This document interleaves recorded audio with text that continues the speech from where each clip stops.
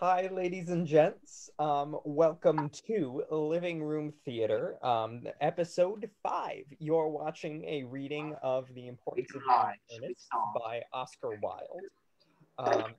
We are the BFA class of 2021 from Baldwin Wallace University, the BFA acting class, to be more specific.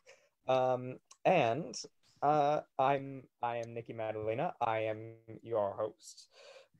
And here's the cast. We have Isabella Faye as Gwendolen, Will Potts as Reverend Dr. Chasuble.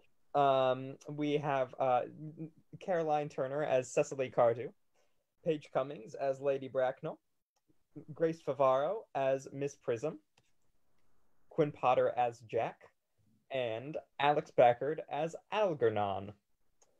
Referring to the list of things I'm going to say. Yes, this is a free live stream for the general public. But we are accepting donations in our GoFundMe, which is in the description, presumably down there. Yes, we've reached our first goal of $100. And thank you to everyone who donated. Special shout outs to Sam Bash Weiner and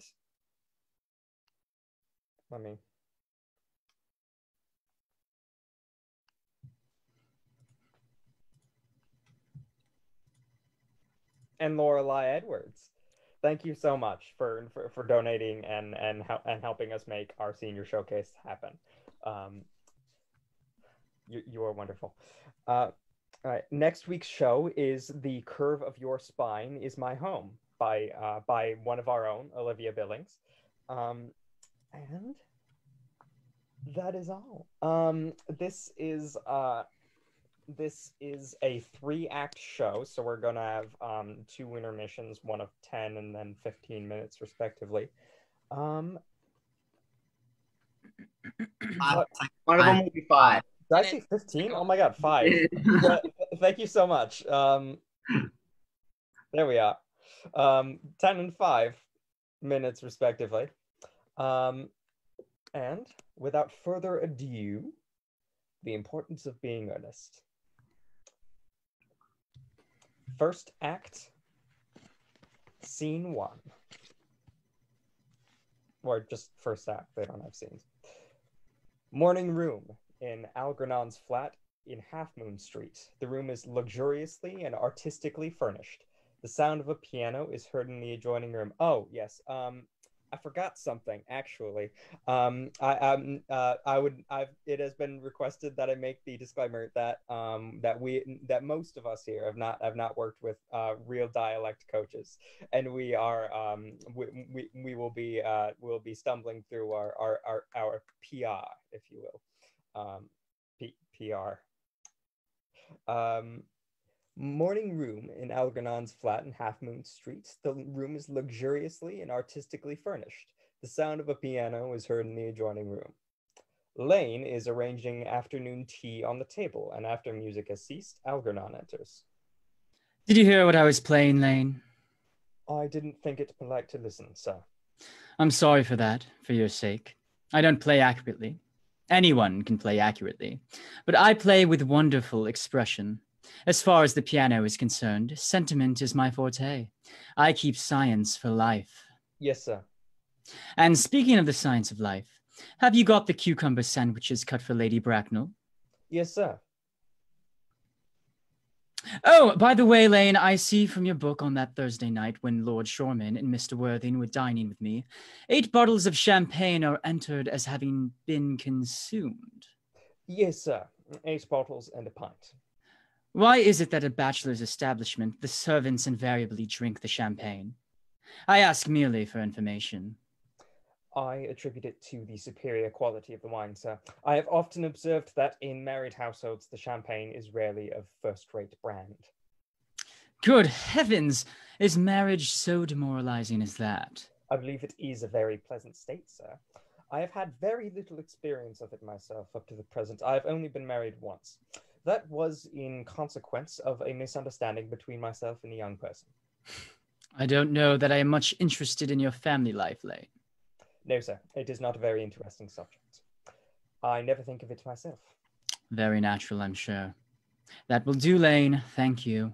Thank you, sir. Lane goes out. Lane's views on marriage seem somewhat lax. Really, if the lower orders don't set us a good example, what on earth is the use of them? They seem, as a class, to have absolutely no sense of moral responsibility. Mr. Ernest Worthing. How are you, my dear Ernest? What brings you up to town? Oh, pleasure, pleasure. What else should bring one anywhere? Eating as usual, I see, Algie. I believe it is customary in good society to take some slight refreshment at 5 o'clock. Where have you been since last Thursday? In the country. What on earth do you do there? When one is in town, one amuses oneself. When one is in the country, one amuses other people. It is excessively boring. And who are the people you amuse? Oh, neighbours. Got nice neighbours in your part of Shropshire? Perfectly horrid. Never speak to one of them. How immensely you must amuse them. By the way, Shropshire is your county, is it not? Shropshire? Yes, of course. Hello. Why all these cups? Why cucumber sandwiches? Why such reckless extravagance in one so young? Who's coming to tea? Oh, merely Aunt Augusta and Gwendolen. How perfectly delightful. Yes, that is all very well, but I'm afraid Aunt Augusta won't quite approve of you being here. May I ask why? My dear fellow, the way you flirt with Gwendolen is perfectly disgraceful. It is almost as bad as the way Gwendolen flirts with you. I am in love with Gwendolen. I've come up to town expressly to propose to her. I thought you would come up for pleasure. I call that business. How utterly unromantic you are. I really don't see anything romantic in proposing. It is very romantic to be in love, but there is nothing romantic about a definite proposal. Why, one may be accepted. One usually is, I believe. Then the excitement is all over. The very essence of romance is uncertainty. If I ever get married, I'll certainly try to forget the fact. I have no doubt about that, dear Algie. The divorce court was specifically invented for people whose memories are so curiously constituted. Oh, there is no use speculating on that subject. Divorces are made in heaven. Please don't touch the cucumber sandwiches. They are ordered specially for Aunt Augusta. Well, you have been eating them all the time. That is quite a different matter. She is my aunt. Have some bread and butter. The bread and butter is for Gwendolen. Gwendolen is devoted to bread and butter. And very good bread and butter it is, too. Well, my dear fellow, you need not eat as if you were going to eat it all. You behave as if you were married to her already. You are not married to her already, and I don't think you will ever be. Why on earth do you say that? Well, in the first place, girls never marry the men they flirt with. Girls don't think it right. Well, that is nonsense. It isn't. It's a great truth. It accounts for the extraordinary number of bachelors that one sees all over the place. In the second place, I don't give my consent. Your consent? My dear fellow, Gwendolen is my first cousin, and before I allow you to marry her, you will have to clear up the whole question of Cecily. Cecily? What on earth do you mean? What do you mean, Algie, by Cecily? I don't know anyone by the name of Cecily. Bring me that cigarette case Mr. Worthing left in the smoking room the last time he dined here. Yes, sir. Do you mean to say you have had my cigarette case all this time? I wish to goodness you had let me know. I've been writing frantic letters to Scotland Yard about it. I was very nearly offering a large reward. Well, I wish you would offer one. I happen to be more than usually hard up. There's no good offering a large reward now that the thing is found. I think that is rather mean of you, Ernest, I must say. However, it makes no matter, for what now that I look at the inscription inside, I find that the thing isn't yours after all. Of course it's mine. You have seen me with it 100 times, and you have no right whatsoever to read what is written inside. It is a very ungentlemanly thing to read a private cigarette case. Oh, it is absurd to have a hard and fast rule about one should read and what one shouldn't. More than half of modern culture depends on what one shouldn't read. I am quite aware of the fact, and I don't propose to discuss modern culture. It isn't the sort of thing one should talk of in private. I simply want my cigarette case back. Yes, but this isn't your cigarette case. This cigarette case is a present from someone of the name of Cecily, and you said you didn't know anyone of that name. Well, if you want to know, Cecily happens to be my aunt. Your aunt? Yes. Charming old lady she is, too. Lives at Tunbridge Wells. Just give it back to me, Algie. But why does she call herself Little Cecily if she is your aunt and lives at Tunbridge Wells? From Little Cecily with her fondest love. My dear fellow, what on earth is there in that? Some ants are tall, some ants are not tall. There's a matter that surely an ant may be allowed to decide for herself. You seem to think that every aunt should be exactly like your aunt. That is absurd. For heaven's sake, give me back my cigarette case. Yes, but why does your aunt call you her uncle? From Little Cecily with her fondest love to her dear Uncle Jack. There's no objection, I admit, to an aunt being a small aunt. But why an aunt, no matter what her size may be, should call her own nephew her uncle? I can't quite make that out. Besides, your name isn't Jack at all. It is Earnest. And Ernest is Jack. You have always told me it was Earnest. I have introduced you to everyone as Earnest. You answer to the name of Earnest. You look as if your name was Earnest. You're the most earnest-looking person I have ever seen in my life. It is perfectly absurd you're saying that your name isn't Earnest. It's on your cards. Here is one of them. Mr. Ernest Worthing, B4, the Albany.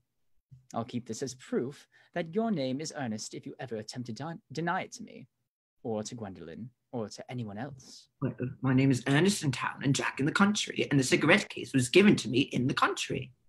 Yes, but that does not account for the fact that your small Aunt Cecily, who lives at Tunbridge Wells, calls you her uncle. Come, old boy, you had much better have that thing out at once. Dear Algie, you talk exactly as if you were a dentist. It is very vulgar to talk like a dentist when one isn't a dentist. It produces a false impression. Well, that is exactly what dentists always do. Now go on. Tell me the whole thing. I may mention that I have always suspected you of being a confirmed and secret Bunburyist. I am quite sure of it now. Bunburyist? What on earth do you mean by a Bunburyist? I'll reveal to you the meaning of that incomparable expression as soon as you are kind enough to inform me why are you Ernest in town and Jack in the country. Well, produce my cigarette case first. Here it is. Now produce your explanation, and pray make it improbable. My dear fellow, there is nothing improbable about my explanation at all. In fact, it's perfectly ordinary.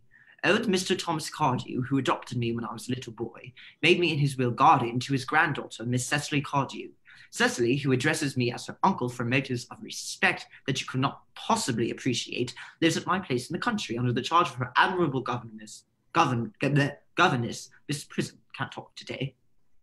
Where is that place in the country, by the way? That is nothing to you, dear boy. You are not going to be invited. I may tell you candidly that the place is not in Shropshire. I suspected that, my dear fellow. I have Bunburied all over Shropshire on 2 separate occasions. Now go on. Why are you Ernest in town and Jack in the country? My dear Algie, I don't know whether you will be able to understand my real motives. You are hardly serious enough. When one is placed in the position of guardian, one has to adopt a very high moral tone on all subjects. It's one's duty to do so, and as a high moral tone can hardly be said to conduce very much to either one's health or one's happiness. In order to get up to town, I have always pretended to have a younger brother of the name of Earnest, who lives in the Albany, and gets into the most dreadful scrapes. That, my dear Algie, is the whole truth, pure and simple. The truth is rarely pure and never simple. Modern life would be very tedious if it were either, and modern literature a complete impossibility. That wouldn't be at all a bad thing. Literary criticism is not your forte, my dear fellow. Don't try it. You should leave that to the people who haven't been at university. They do it so well in the daily papers. What you really are is a Bunburyist. I was quite right in saying you were a Bunburyist. You are one of the most advanced Bunburyists I know. What on earth do you mean? You have invented a very useful younger brother called Earnest, in order that you may be able to come up to town as often as you like. I have invented an invaluable permanent invalid called Bunbury, in order that I may be able to go down into the country whenever I choose. Bunbury is perfectly invaluable. If it wasn't for Bunbury's extraordinary bad health, for instance, I wouldn't be able to dine with you at Willie's tonight. and I have been really engaged to Aunt Augusta for more than a week. I haven't asked you to dine with me anywhere tonight. I know. You are absurdly careless about sending out invitations. It is very foolish of you. Nothing annoys people so much as not receiving invitations. I'd much better dine with your Aunt Augusta. I haven't the smallest intention of doing anything of the kind. To begin with, I dine there on Monday, and once a week is quite enough to dine with one's own relations. In the second place, whenever I do dine there, I am always treated as a member of the family and sent down with either no woman at all or two. In the third place, I know perfectly well whom she will place me next to tonight. She will place me next to Mary Farquhar, who always flirts with her husband across the dinner table. That is not very pleasant. Indeed, it is not even decent, and that sort of thing is enormously on the increase. The amount of women in London who flirt with their own husbands is perfectly scandalous. It looks so bad. It is simply washing one's clean linen in public. Besides, now that I know you to be a confirmed Bunburyist, I naturally want to talk to you about Bunburying. I want to tell you the rules. I'm not a Bunburyist at all. If Gwendolen accepts me, I'm going to kill my brother. Indeed, I think I'll kill him in any case. Cecily is a little too much interested in him. It is rather a bore. So I'm going to get rid of Earnest. And I strongly advise you to do the same with your invalid friend who has the absurd name. Nothing will induce me to part with Bunbury, and if you ever get married, which seems to be extremely problematic, you'll be very glad to know Bunbury. A man who marries without knowing Bunbury has a very tedious time of it. But that is nonsense. If I marry a charming girl like Gwendolen, and she's the only girl I ever saw in my life that I would marry, I certainly wouldn't want to know Bunbury. Then your wife will. You don't seem to realize that in a married life, 3 is a company, and 2 is none. That, my dear friend, is the theory that the corrupt French drama has been propounding for the last 50 years. Yes, and that the happy English homes has proved in half the time. For heaven's sake, don't try to be cynical. It's perfectly easy to be cynical. My dear fellow, it isn't easy to be anything nowadays. There's such a lot of beastly competition about... Ah! That must be Aunt Augusta. Only relatives or creditors ever ring in the Wagnerian manner. Now, if I get her out of the way for 10 minutes so that you can have an opportunity for proposing to Gwendolen, may I dine with you tonight at Willie's? I suppose so, if you want to. Yes, but you must be serious about it. I hate people who are not serious about meals. It is so shallow of them.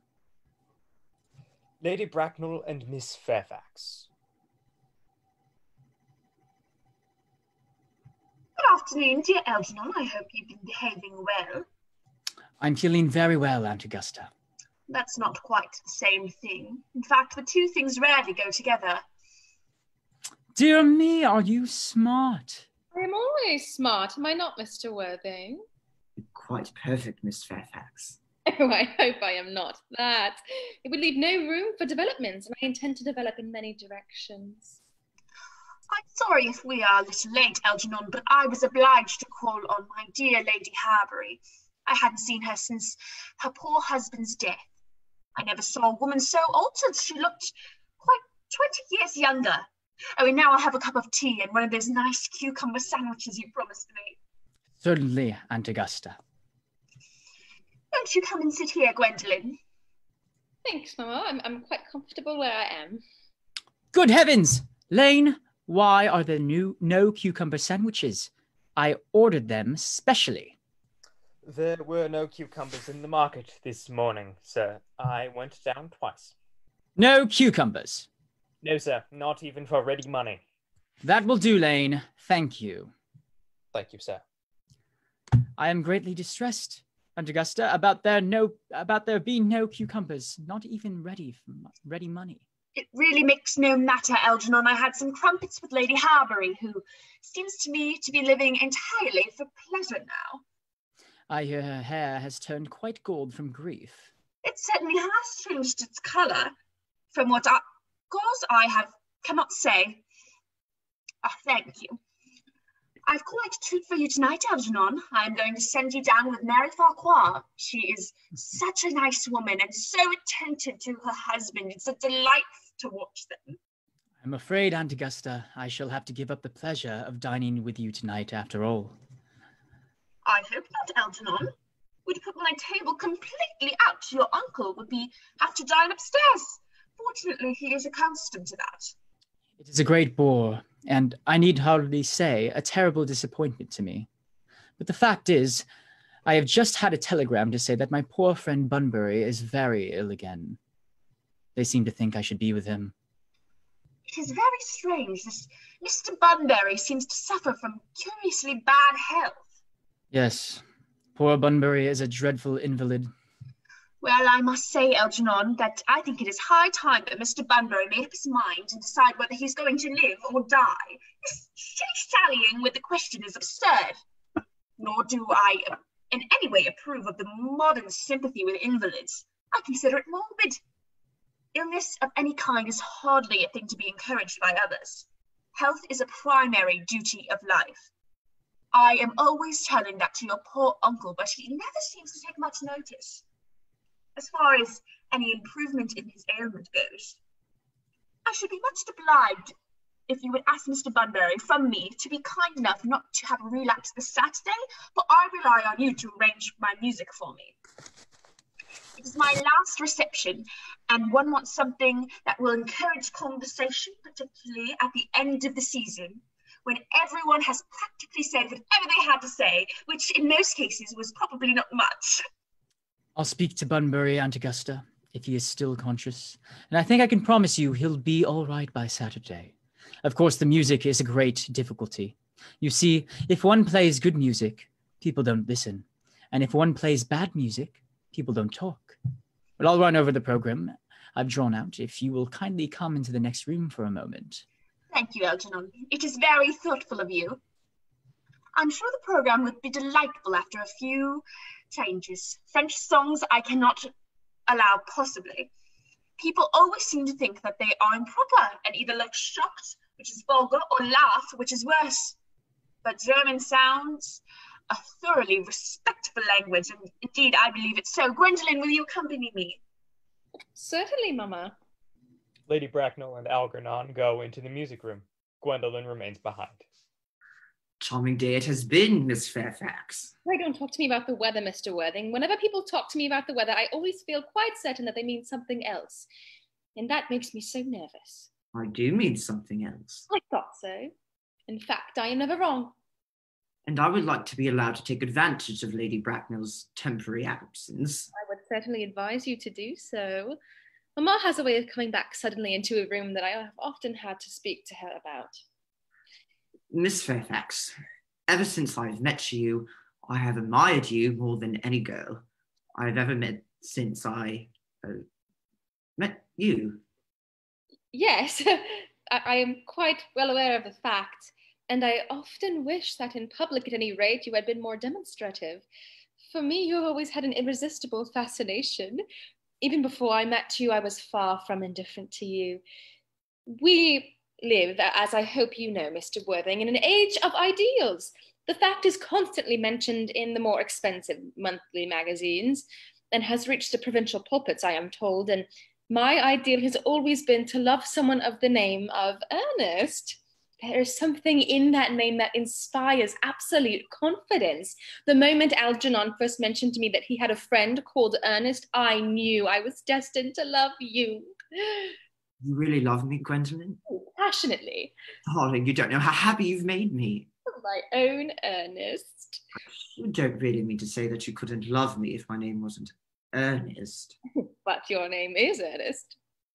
Yes, I know it is, but supposing it was something else, do you mean to say you couldn't love me then?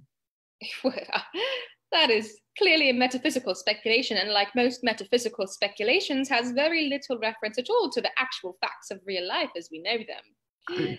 Personally, darling, to speak quite candidly, I don't much care about the name of Earnest. I don't think the name suits me at all. It suits you perfectly.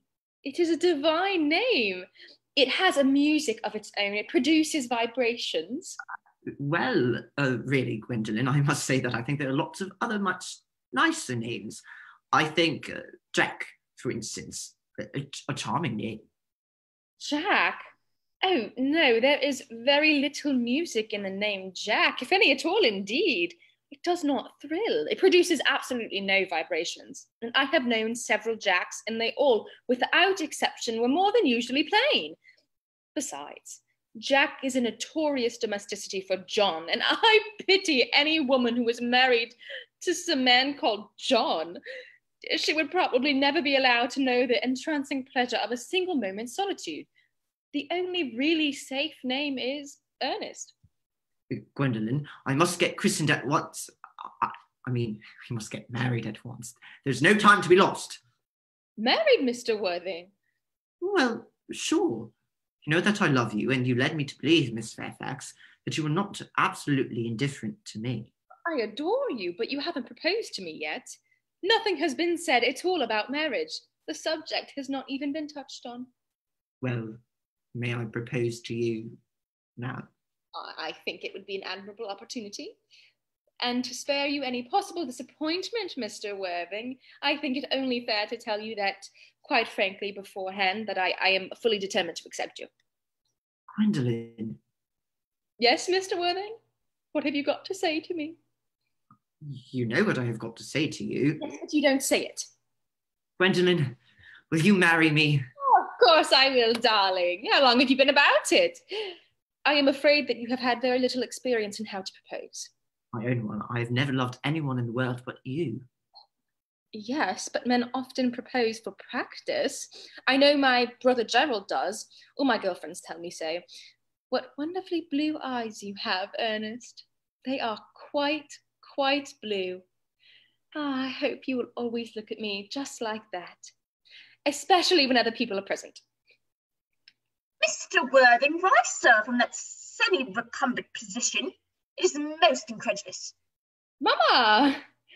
I must beg you to retire. This is no place for you. Besides, Mr. Worthing has not quite finished yet. Finished what, might I ask? I am engaged to Mr. Worthing, Mamma. Pardon me, you are engaged to no one. When you do become engaged to someone, I or your father, should his health permit him, will inform you of the fact. An engagement should come on a young girl by surprise, pleasant or unpleasant, as the case may be. It is hardly a matter that she should be allowed to arrange a marriage for herself. And now I have a few questions to put to you, Mr. Worthing. While I am making these inquiries, you, Gwendolen, will wait for me below in the carriage. Mamma! Oh, in the carriage, Gwendolen. Gwendolen goes to the door. She and Jack blow kisses to each other behind Lady Bracknell's back. Lady Bracknell looks vaguely about as if she could not understand what the noise was. Finally turns around. Gwendolen, the carriage. Yes, Mamma. Goes out looking back at Jack. You can take a seat, Mr. Worthing. Thank you, Lady Bracknell. I prefer standing. I feel bound to tell you that you are not down on my list of eligible young men, although I have the same list as the dear Duchess of Bolton has. We work together, in fact. However, I am quite ready to enter your name, should your answers be what a really affectionate mother requires. Do you smoke? Well, yes, I must admit I smoke. I am glad to hear it. A man should always have an occupation of some kind. There are far too many idle men in London as it was. How old are you? 29. A very good age to be married at. I have always been in the opinion that a man who desires to get married should know either everything or nothing. Which do you know? I know nothing, Lady Bracknell. I am very pleased to hear it. I do not approve of anything that tampers with natural ignorance. Ignorance is like a delicate, exotic fruit. Touch it, and the bloom is gone. The whole theory of modern education is radically unsound. Fortunately, in England, at any rate, education produces no effect whatsoever. If it did, it would prove a serious danger for the upper class, and probably lead to acts of violence in Grosvenor Square. What is your income? Between 7,000 and 8,000 a year. In land or investments? In investments, chiefly. That is satisfactory. What between the duties expected of one during one's lifetime and the duties exacted from one after one's death, land has ceased to be either a profit or a pleasure. It gives one position and prevents one from keeping it up. That's all that can be said about land. I have a country house with some land, of course, attached to it, about 1,500 acres, I believe. But I don't depend on that for my real income. In fact, as far as I can make out, the poachers are the only people who make anything of it. A country house? How many bedrooms? Well, that point can be cleared up afterwards. You have a town home, I hope? A girl with a simple, unspoiled nature like Gwendolen can hardly be accepted to reside in the country. Well, I own a house in Belgrave Square, but it's let by the year to Lady Bloxham. Of course, I can get it back whenever I like at 6 months' notice. Lady Bloxham? I don't know her. No, she cares about very little. She's a lady considerably advanced in years. Ah, nowadays there is no guarantee of respectability of character. What number in Belgrave Square? 149. The unfashionable side. I thought there was something. However, that could easily be altered. Do you mean the fashion or the side? Both, if necessary, I presume. What are your politics? Well, I'm afraid I have none, really. I'm a liberal unionist. Oh, they count as Tories. They dine with us. Oh, come in the evening at any rate. Now to mine and madness. What do your parents do for a living? Are they living? I have lost both of my parents. To lose one parent, Mr. Worthing, may be regarded as a misfortune. To lose both looks quite careless. Who was your father? He was evidently a man of some wealth. Was he born with the radical papers called the purple of commerce, or did he rise from the ranks of the aristocracy? I am afraid I really don't know. The fact is, Lady Bracknell, I said I lost my parents. It would be nearer the truth to say that my parents seem to have lost me. I don't actually know who I am by birth. I was found. Found? The late Mr. Thomas Cardew, an old gentleman of a very charitable and kindly disposition, found me and gave me the name of Worthing because he happened to have a first-class ticket for Worthing in his pocket at the time. Worthing is a place in Sussex. It is a seaside resort. Where did the charitable gentleman who had a first-class ticket for the seaside resort find you? In a handbag. A handbag? Yes, Lady Bracknell. I was in a handbag, a somewhat large black leather handbag with handles to it. An ordinary handbag, in fact. In what locality did this Mr. James or Thomas Cardew come across this ordinary handbag? In the cloakroom at Victoria Station. It was given to him in mistake for his own. The cloak bag at Victoria Station? Yes, the Brighton line. The line is immaterial. Mr. Worthing, I confess I feel somewhat bewildered by what you've just told me. To be born, or at any rate bred, in a handbag, whether it has handles or not, seems to be a display of contempt for the ordinary decencies of family life that reminds me of the worst excess of the French Revolution. And I presume that you know what that unfortunate movement led to. As for the particular locality of which the handbag was found, a cloakroom at a railway station might serve to conceal a social indiscretion, has probably, indeed, been used for the purpose before now. But it could hardly be regarded as an assured bias for the recognized position in good society. May I ask you then, what would you advise me to do? I need hardly say that I would do anything in the world to ensure Gwendolen's happiness. I would strongly advise you, Mr. Worthing, to try and acquire some relations as soon as possible, and to make a definite effort to produce, at any rate, one parent of either sex before the season is quite over. Well, I don't see how I could possibly manage to do that. I could produce the handbag at any moment. It is in my dressing room at home. I really think that should satisfy you, Lady Bracknell. Me, sir? What has it to do with me? You can hardly imagine that I and Lord Bracknell would dream of allowing our only daughter, a girl brought up with the utmost care, to marry into a cloakroom and form an alliance with a parcel. Good morning, Mr. Worthing. Good morning. Algernon from the other room strikes up the wedding march. Jack looks perfectly furious and goes to the door. For goodness sake, don't play that ghastly tune, Algie. How idiotic you are! Didn't it go off all right, old boy? You don't seem to say Gwendolen refused you. I know it is a way she has, but She is always refusing people. I think it is most ill-natured of her. Oh, Gwendolen is as right as a trivet. As far as she is concerned, we are engaged. Her mother is perfectly unbearable. Never met such a gorgon. I don't really know what a gorgon is like, but I'm quite sure that Lady Bracknell is one. In any case, she is a monster without being a myth, which is rather unfair. I beg your pardon, Algie. I suppose I shouldn't talk about your own aunt in that way before you. My dear boy, I love hearing my relations abused. It is the only thing that makes me put up with them at all.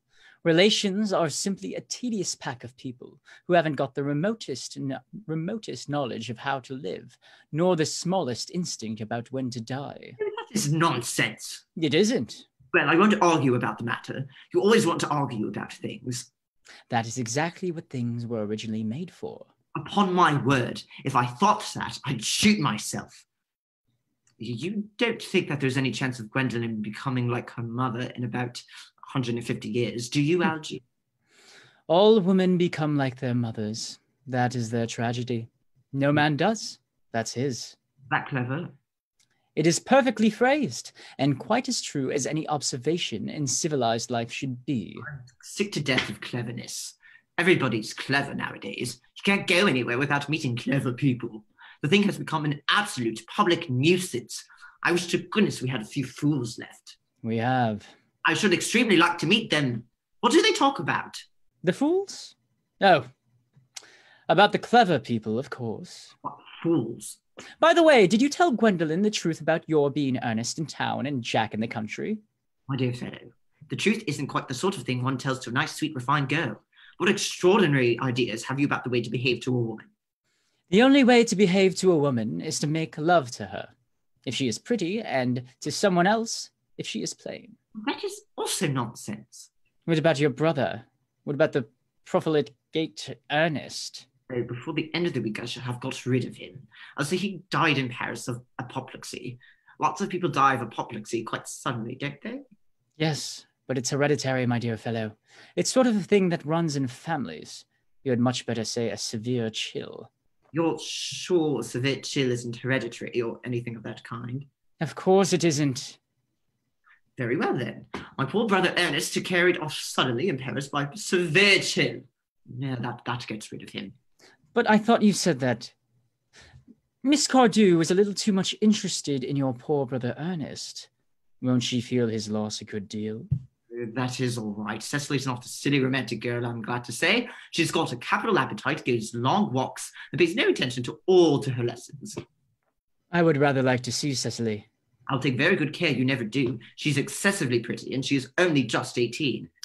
Have you told Gwendolen yet that you have an excessively pretty ward who is only just 18? No, one doesn't blurt these things out to people. Cecily and Gwendolen are perfectly certain to be extremely good friends. But I'll bet you anything that half an hour after they have met, they'll be calling each other sister. Women only do that when they have called each other a lot of other things first. Now, my dear boy, if we want to get a good table at Willie's, we must really go and get dressed. Do you know it is nearly 7?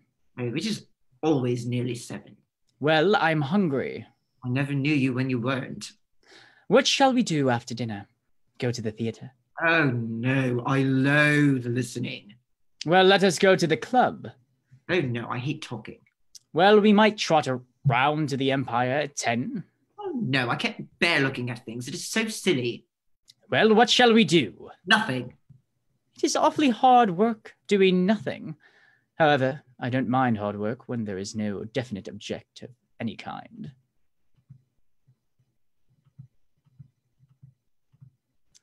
Gwendolen, upon my ward. Algie, kindly turn your back. I have something very particular to say to Mr. Worthing. Really, Gwendolen? I don't think I can allow this at all. Algie, you always adopt a strictly immoral attitude towards life. You are not quite old enough to do that. My own darling. Ernest, we may never be married. From the expression on Mama's face, I fear that we never shall. Few parents nowadays pay any regard to what their children say to them. The old-fashioned respect for the young is fast dying out. Whatever influence I ever had over Mama, I lost at the age of 3. But although she may prevent us from becoming man and wife, and I may marry someone else and marry often, nothing that she can possibly do can alter my eternal devotion to you. Do Gwendolen? The story of your romantic origin is related to me by Mama with unpleasing comments has naturally stirred the deeper fibers of my nature. Your Christian name has an irresistible fascination. The simplicity of your character makes you exquisitely incomprehensible to me. Your town address at the Albany I have. What is your address in the country? It is the Manor House, Woolton, Hertfordshire. Algernon, who has been carefully listening, smiles to himself and writes the address on his shirt cuff, then picks up the railway guide. There is a good postal service, I suppose. It may be necessary to do something desperate that, of course, will require serious consideration. I will communicate to you daily. My own one. How long do you remain in town? Until Monday. Good. Okay. Algie, you may turn around now. Thanks, I've turned around already. You may also ring the bell. You will let me see you to your carriage, my own darling. Certainly. I will see Miss Fairfax out. Yes, sir. A glass of sherry, Lane. Yes, sir. Tomorrow, Lane, I'm going Bunbury. Yes, sir. I shall probably not be back till Monday. You can put up my dress clothes, my smoking jacket, and all the Bunbury suits. Yes, sir. I hope tomorrow will be a fine day, Lane. It never is, sir. Lane, you're a perfect pessimist. I do my best to give satisfaction, sir.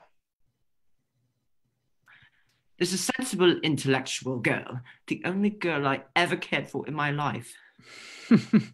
What on earth are you so amused about? Oh, I'm a little anxious about poor Bunbury, that is all. If you don't take care, your friend Bunbury will get you into a serious scrape someday.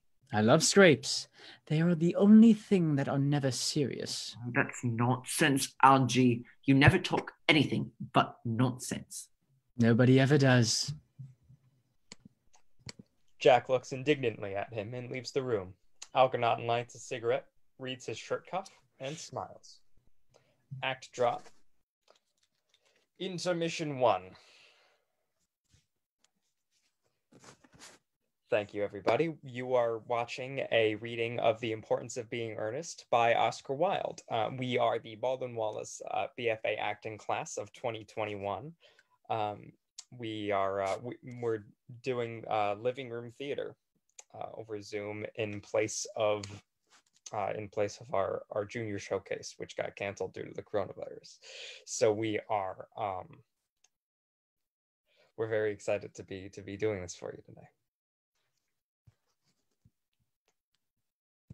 This is a live broadcast. However, if you would like to donate to our GoFundMe, which is in the description, presumably downward from my position on your page, we would very much appreciate that. The donations go towards our senior showcase for next semester to fund that and allow that to happen.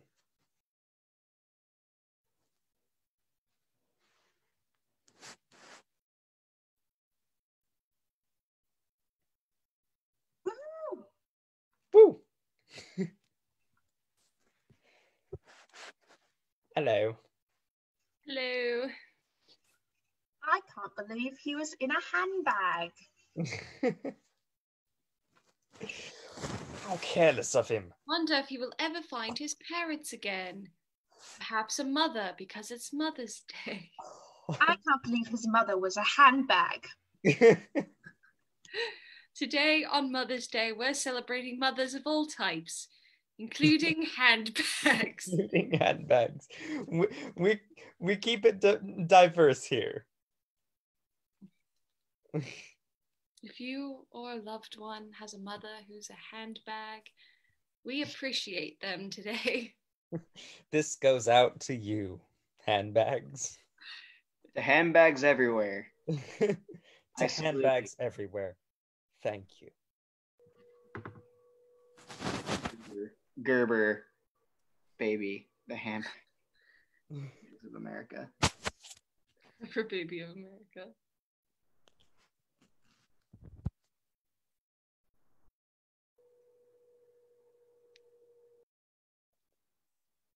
We resume at 3:07. 307. Thank you, 307. Thank you, 307. Should we all go around and talk about what we've been doing, or? Oh yes, that would be perfect. Everyone who's here. Paige, you No, start. not everyone's here. Probably people are going to the bathroom and stuff. That's true. It is the ideal time to do I have been just relaxing. I embroidered this. Ooh. Ooh, that's gorgeous. that. Wow. It was my first time ever embroidering something, so even though this looks beautiful, the back is very messy. Did you use a pattern, or did you just like freehand that? There's etches in, but I kind of just like did my own thing. That's So cool. Wow. I kind of want to do this on a shirt or something, but You should. That would be like, it'd be gorgeous, and like it kind of looks like one of those little like clutch purses. Like it could be like a purse. You know what I mean? That'd be gorgeous on like pretty much anything. That's a handbag. There's the shirt. so that's what I did, and it's fun because unlike coloring, there's a sense of danger to embroidering because you stab yourself sometimes, and it makes you feel alive. Love that. I was just gonna say, it keeps you feeling alive. It keeps you feeling alive. Yeah. That's what I've been doing. Living on the edge. Yeah. On the edge. Caroline, what have you been up to? Catching up on sleep after finals mostly, because I had so many final projects that I just did, like I banged them all out in a weekend, and then I had a week of finals, and then I just kind of like collapsed. I finished The Office for the first time. Oh, wow. Pretty exciting stuff. We just watched the finale last night. Cool. Season 9 wasn't great, but the finale was pretty good. And that's my like quick take on The Office season 9. I enjoyed it, but now I'm excited because I can get back to watching Brooklyn Nine-Nine with Sam, which is my favorite show of all time, and I've just now gotten him into it, and he loves it, which is exciting for me because like finally I can share this with you, and I can catch up and watch the most recent seasons because I've only seen through season 5. Catherine has been watching it without me. Oh, Fancy. dude, that's the thing is I was like, Sam, I'm going to watch these new seasons without you if you don't like watch them with me soon, because he's like, oh, I want to watch it with you, and I'm like, yeah, well, you better hurry up because they're like halfway through season 7 now, and I just want to catch up. So Yeah, we've been binging it whenever we're. yeah, it's a great show, highly recommended. Anyone watching this who needs something to liven up their quarantine times, watch Brooklyn Nine-Nine. Amazing show. Yeah, it's definitely on my list. Yes. Should Will, be. what you been up to? I mean, I've been, existing. He's been vibing. I'm watching Critical Role, which is a fun thing to do. I've been perfecting my Critical Role. It's a D&D related show. I've heard of it. It's been recommended to me. It's really good. I love it. And I've been sleeping. I eat. That's good. I'm about to go back up to Ohio in a week or so. Yay. I'm So, excited. yeah. I'm excited to have you back in Ohio, Will. You're gonna be living with me. Yeah. Say it. I can't wait. I love cemeteries and sunlight. Quin, what you been up to? Finals, which was like really stressful. But I did it and got through it. And now I'm just kind of like chilling, taking care of my dog. Wednesday is a full-time job. Yeah, doing that, trying to write a lot of songs. Eventually, I'll go back and finish my third single and then have them mixed and released because they were supposed to come out a while ago. Hey, Quinn, when are we supposed to collaborate on a song together?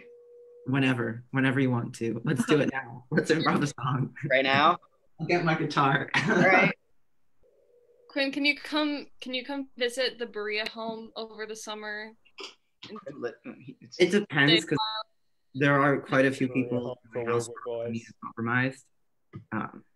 So I have to be really careful about going out and seeing people. Totally makes sense. Yeah. All right, Quinn.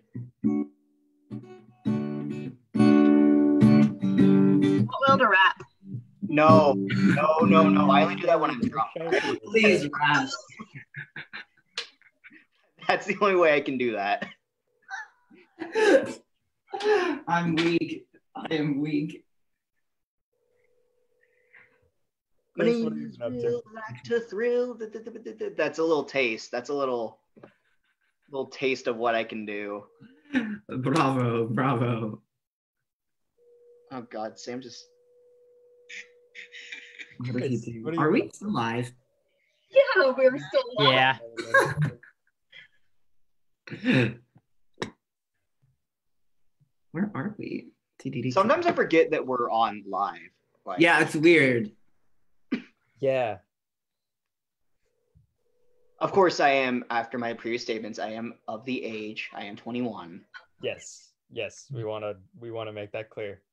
Okay, it's 3:07. Yes. 3:07. That was intermission 1. And ladies and gents, that was intermission 1. It is 3:07, and we are resuming The Importance of Being Earnest, Act 2. Scene: garden at the manor house. A flight of gray stone steps leads up to the house. The garden, an old-fashioned one, full of roses. Time of year, July. Basket chairs and a table covered with books are set under a large yew tree. Miss Prism discovered seating at the table. Cecily is at the back, watering flowers. Cecily,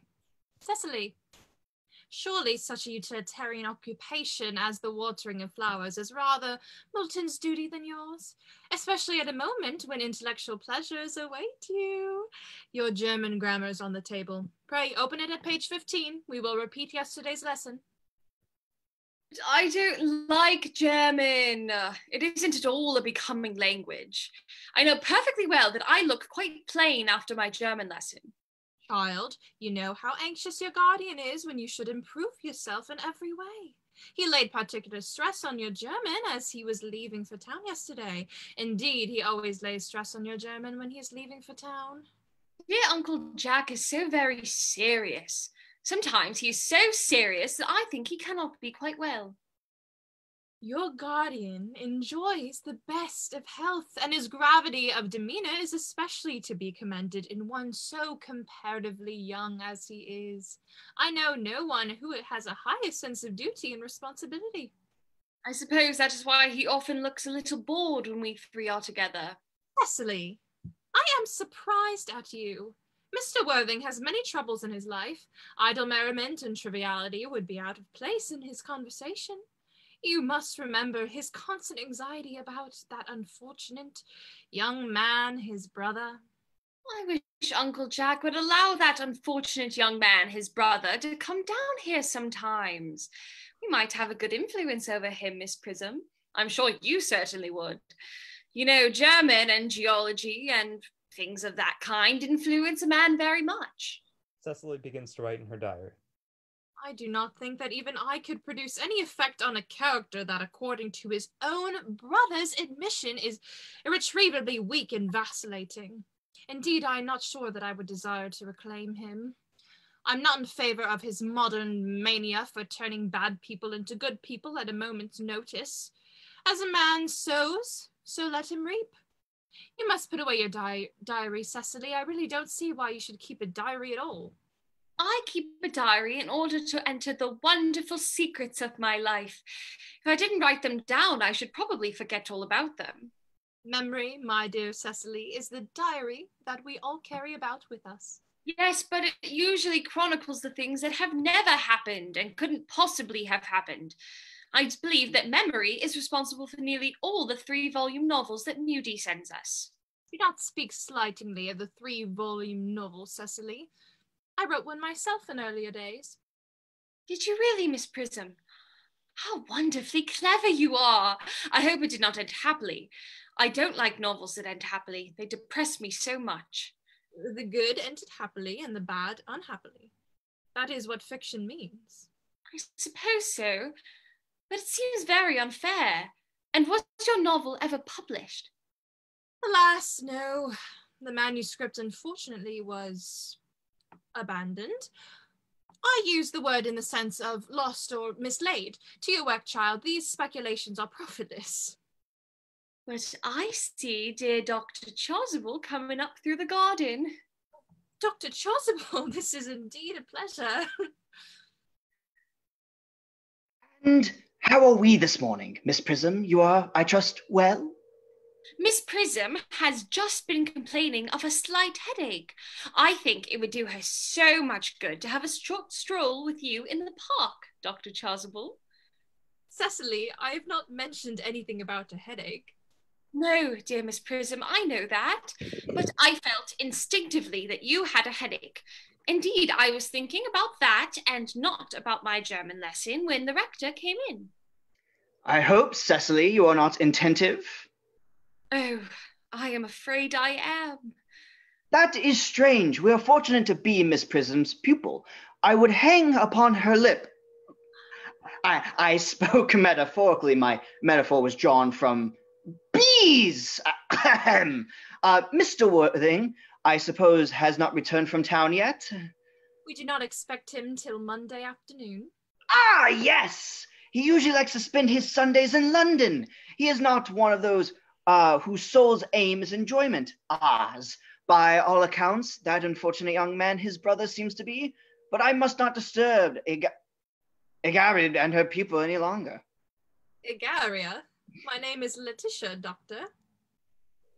A classic allusion drawn from the pagan authors. I shall see you both, no doubt, at Evensong. I think, dear Doctor, I will have a stroll with you. I find I have a headache after all, and a walk might do it good. With pleasure, Miss Prism, with pleasure. We might go as far as the schools and back. That would be delightful.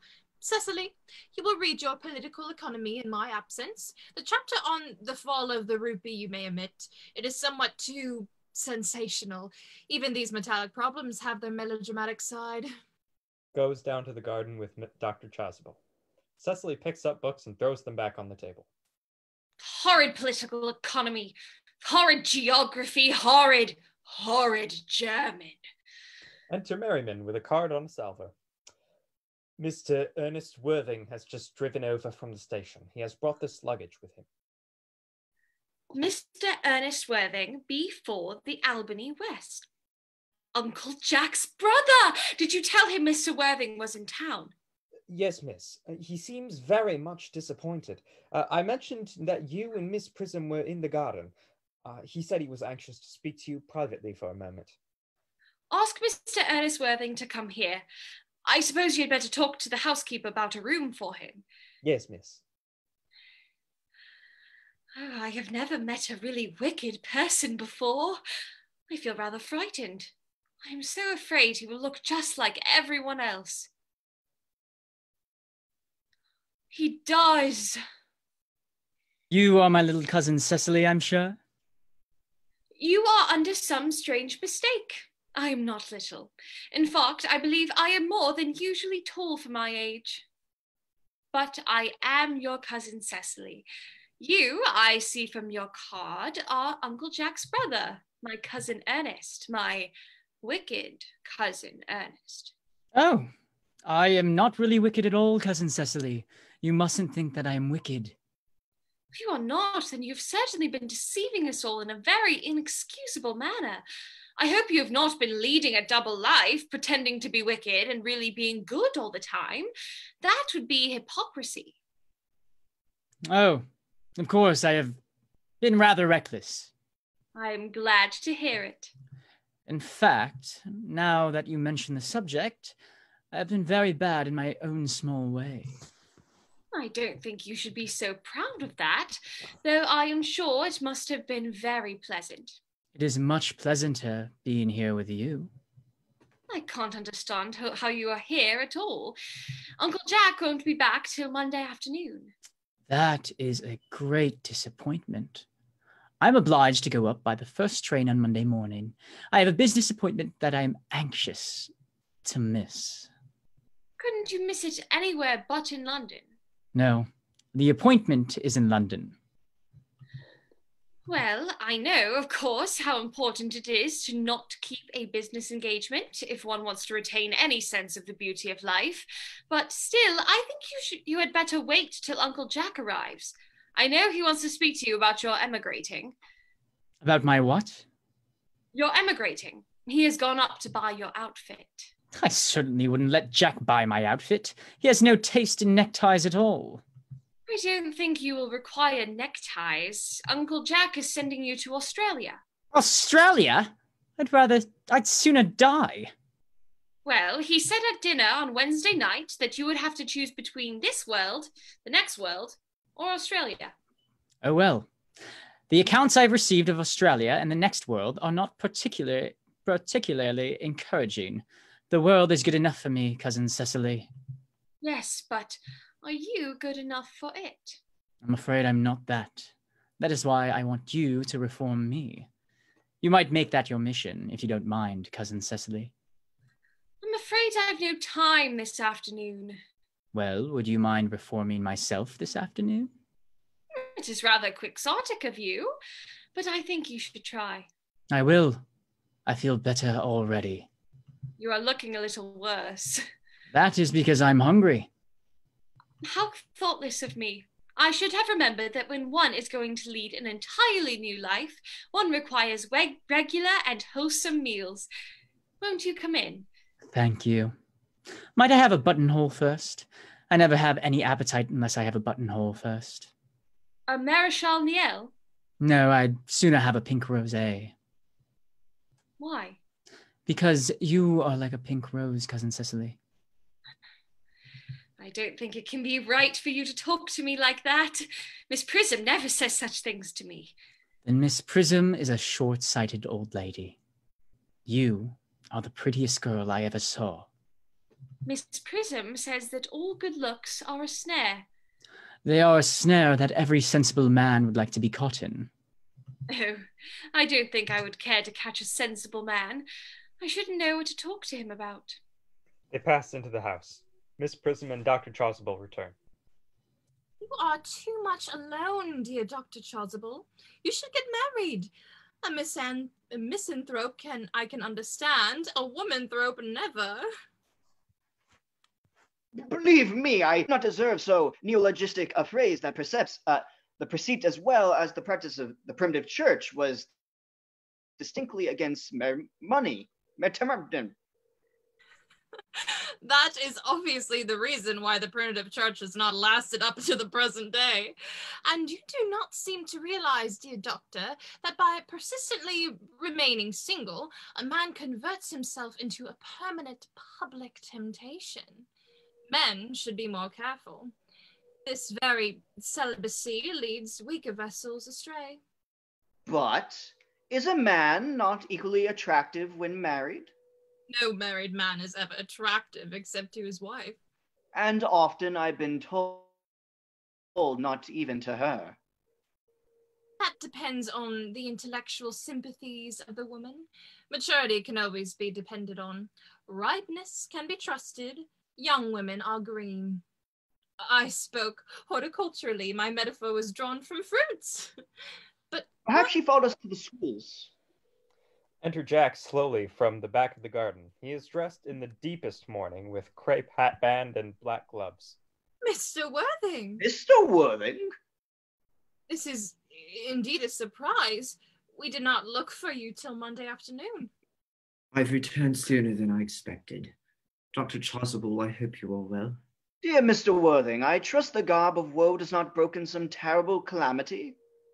My brother. More shameful debts and extravagance? Still leading his life of pleasure. Dead. Your brother Ernest dead? Quite dead. What a lesson for him. I trust he will profit by it. Mr. Worthing, I offer you my sincere condolences. You have at least the consolation of knowing that you were always the most generous and forgiving of brothers. Well, Ernest, he had many faults, but it's a sad, sad blow. Very sad indeed. Where were you with him at the end? No, he died abroad in Paris, in fact. I had a telegram last night from the manager of the Grand Hotel. Was the cause of death mentioned? No. A severe chill, it seems. As a man sows, so shall he reap. Charity, dear Miss Prism, charity. None of us are perfect. I myself am peculiarly susceptible to droughts. Will the emerital take place here? No. He seems to have expressed a desire to be buried in Paris. In that hardly points to any very serious state of mind, at least. At last, you would not, no doubt, wish me to make some slight allusion to this tragic domestic affliction next Sunday. My sermon on the meaning of the manna in the wilderness can be adapted to the most any occasion, joyful or, in the present case, distressing. I have preached at the harvest celebration, christening confirmations on days of humiliation and the festival days. The last time I had cathedral as a charity sermon on behalf of Society, the Prevention of Discontent among the Upper Order, the bishop who was present was much struck some of the analogies I drew. That reminds me, you mentioned christenings, I think, Dr. Chasuble. I suppose you know how to christen, all right? I mean, of course, you're continually christening, aren't you? It is, I regret to say, one of the rector's most constant duties in this parish. I've often spoken to the poorer classes on the subject, but they don't seem to know what thrift is. But is there any peculiar infant whom you are interested in, Mr. Worthing? Your brother, I believe, was unmarried, was he not? Oh, yes. People who live entirely for pleasure usually are. But it is not for any child, dear doctor. I'm very fond of children. No, the fact is, I would like to be christened myself this afternoon, if you had nothing better to do. But surely, Mr. Worthington, you have been christened already. I don't remember anything about it. But have you any grave doubts on the subject? I certainly intend to have. Of course, I don't know if the thing would bother you in any way, if we would think I'm a little too old now. Not at all. The sprinkling and indeed the immersion of adults is perfectly canonical practice. Immersion? You need have no apprehension. Sprinkling is all that is necessary, or indeed, I think, advisable, or weathering is so changeable, with hour would you wish the ceremony performed? I might trot around about 5, if that would suit you. Perfectly! In fact, I have 2 similar ceremonies to perform at that time. A case of twins that occurred recently in one of the outlying cottages on your very own estate. Poor Jenkins, the caretaker, a most hard-working man. Oh, well, I don't see much fun in being christened along with other babies. It would be childish. Admirably! And now, dear Mr. Worthington, I will not intrude any longer into the house of sorrow. I would merely beg you not to be too much bowed down by grief. We seem to us bitter trails and often blessings in disguise. This seems to me a blessing of an extremely obvious kind. Enter Cecily from the house. Uncle Jack! Oh, I am so pleased to see you back. But what horrid clothes you have got on. Do go and change them. Cecily? My child! My child! What is the matter, Uncle Jack? Do look happy. You look as if you had a toothache, and I have got such a surprise for you. Who do you think is in the dining room? Your brother! Who? Your brother Ernest. He arrived about half an hour ago. What nonsense. I haven't got a brother. Oh, don't say that. However badly he may have behaved to you in the past, he is still your brother. You couldn't be so heartless as to disown him. I'll tell him to come out, and you will shake hands with him, won't you, Uncle Jack? These are very joyful tidings. After we had all been resigned to his loss, his sudden return seems to me peculiarly distressing. My brother is in the dining room. I don't know what it all means. I think it is perfectly absurd. Enter Algernon and Cecily hand in hand. They come slowly up to Jack. Good heavens! Brother John, I have come down from town to tell you that I am very sorry for all the trouble I have given you, and that I intend to lead a better life in the future. Jack glares at him and does not take his hand. Uncle Jack, are you not going to you are not going to refuse your own brother's hand? Nothing will induce me to take his hand. I think his coming down here disgraceful. He knows perfectly well why. Uncle Jack, do be nice. There is some good in everyone.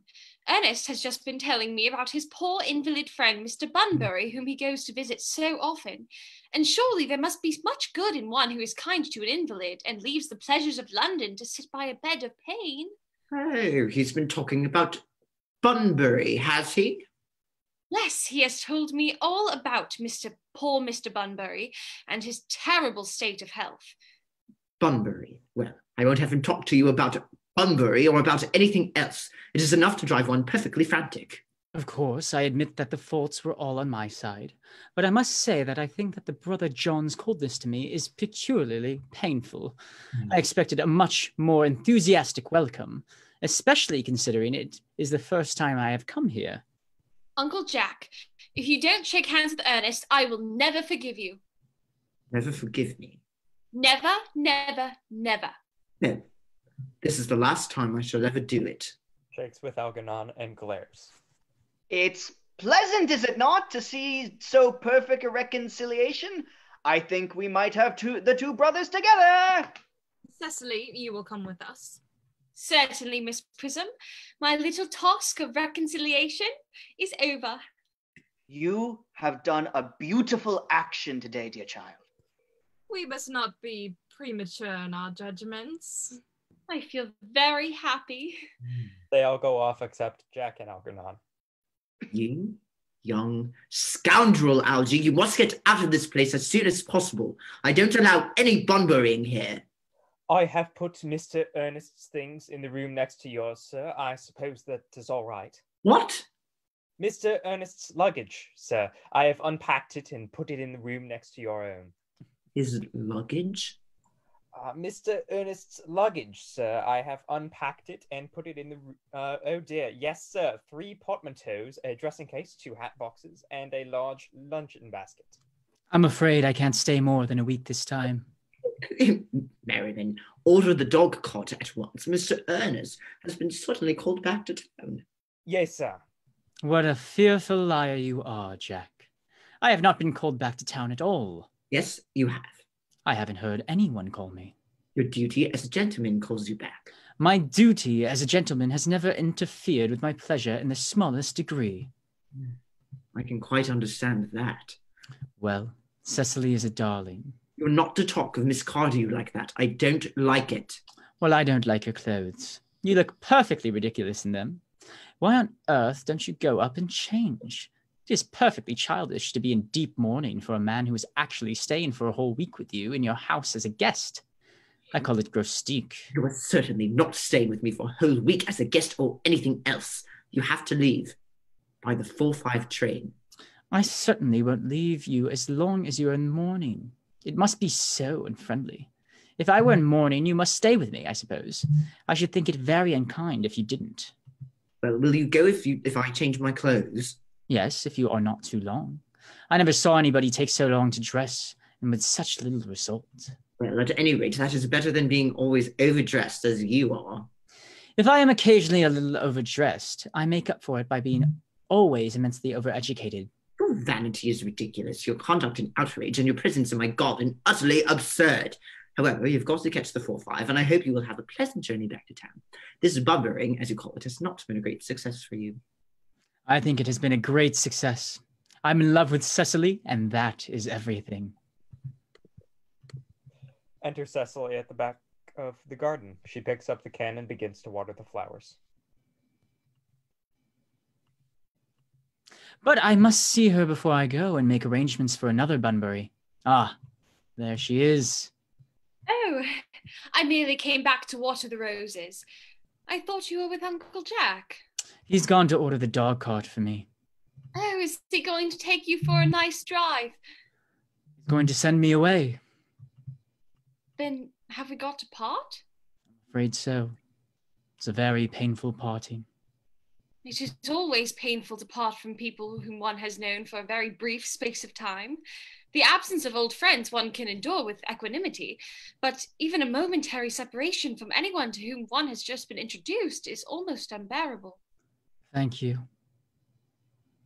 The dog cart is at the door, sir. It can wait, Merriman, for 5 minutes? Yes, miss. I hope, Cecily, I shall not offend you if I must quite frankly and openly that you seem to me in every way the visible personification of absolute perfection. I think your frankness does you great credit, Ernest. If you will allow me, I will copy your remarks into my diary. Do you really keep a diary? I'd give anything to look at it. May I? No.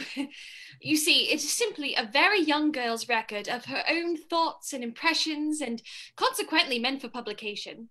When it appears in volume form, I hope you will order a copy. But pray, Ernest, don't stop. I delight in taking down from dictation.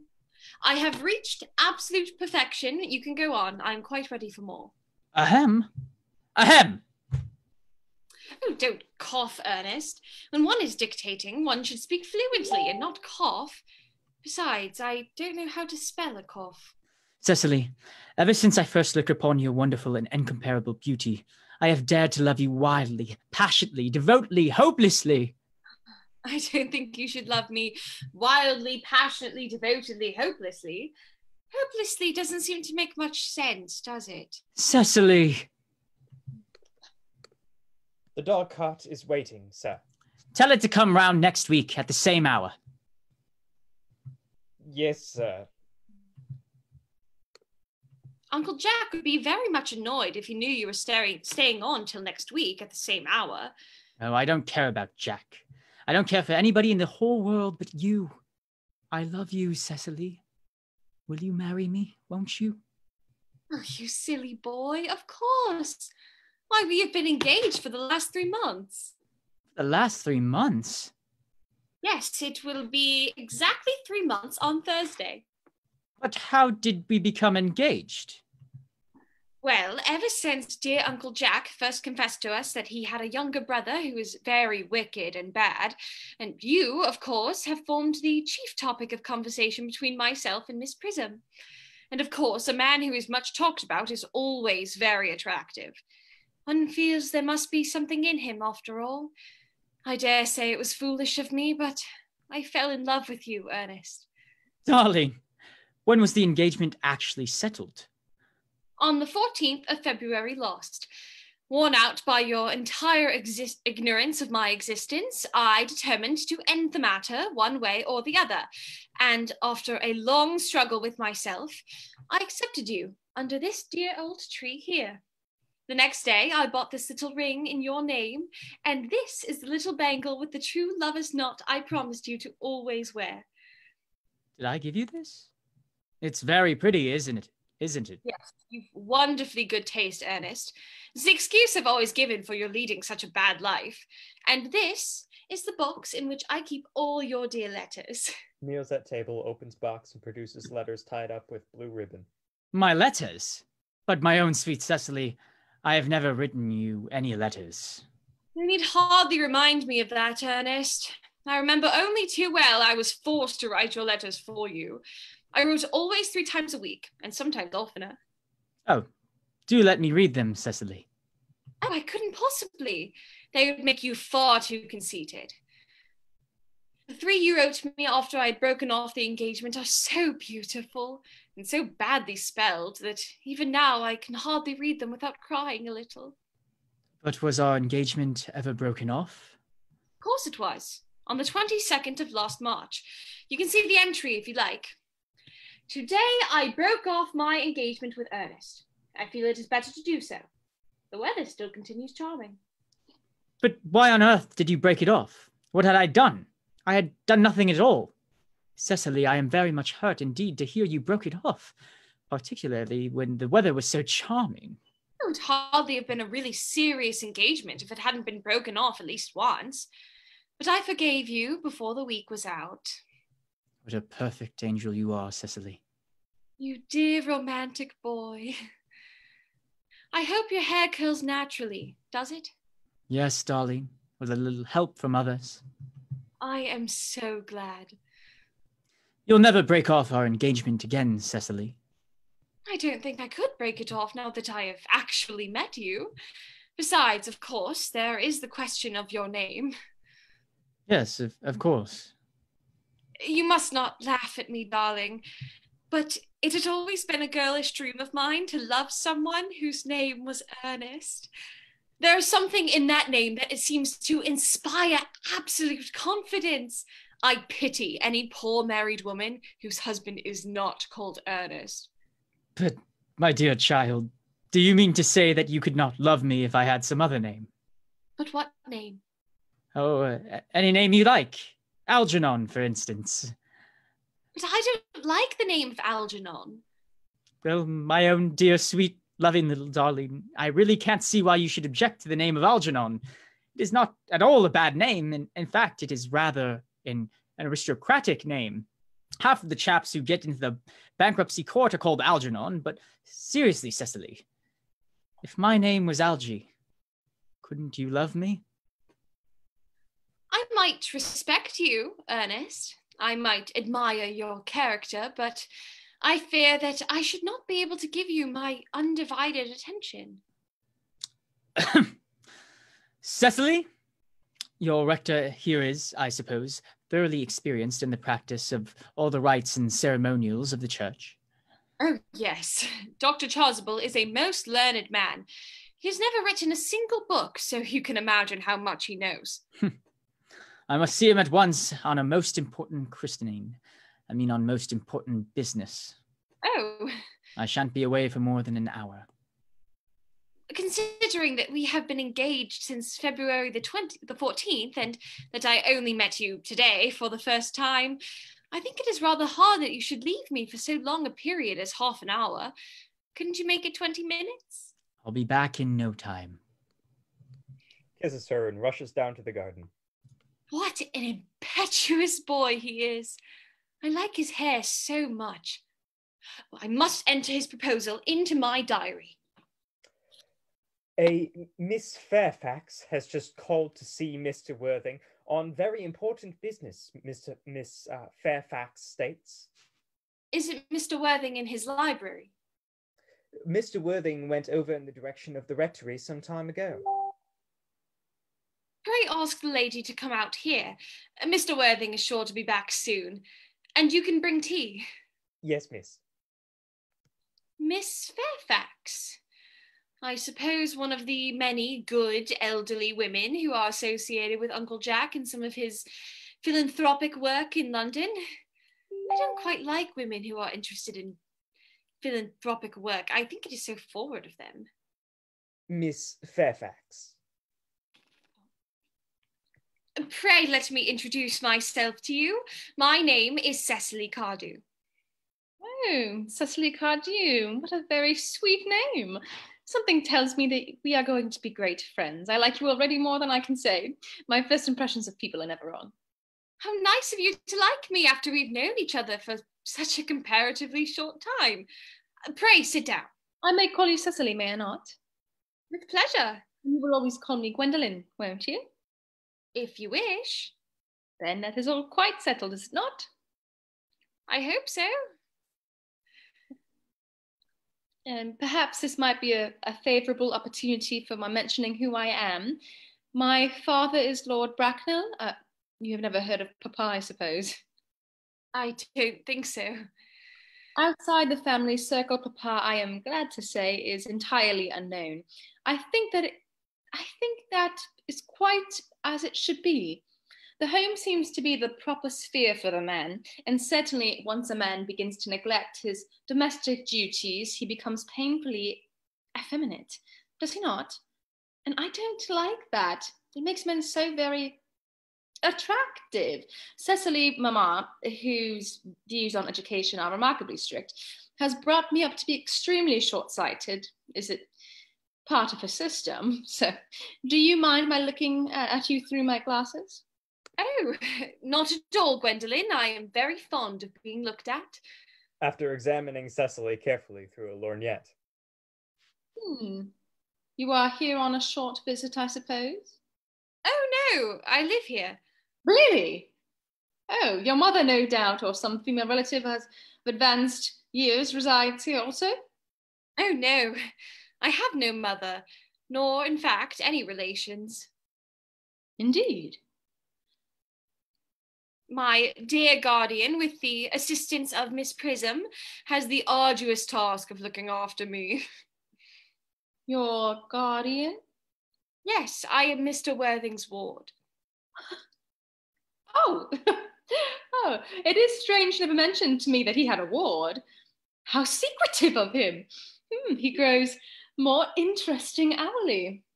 I am not sure, however, that the news inspires me with feelings of unmixed delight.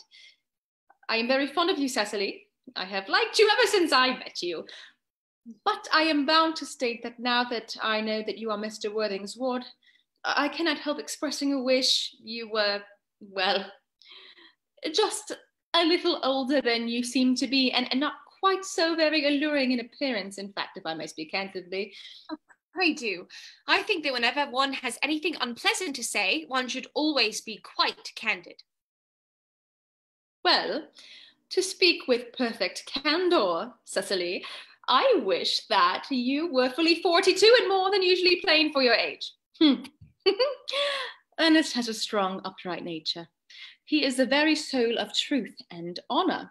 Disloyalty would be as impossible to him as deception. But even men of the noblest possible moral character are extremely susceptible to the influence of the physical charms of others. Modern, no less than ancient history, supplies us with many painful examples of what I refer to. If it were not so, indeed, history would be quite unreadable. I beg your pardon, Gwendolen. Did you say Ernest? Yes. Oh, but it is not Mr. Ernest Worthing who is my guardian. It is his brother, his elder brother. Oh, Ernest never mentioned to me that he had a brother. I am sorry to say they have not been on good terms for a long time. Ah, that accounts for it.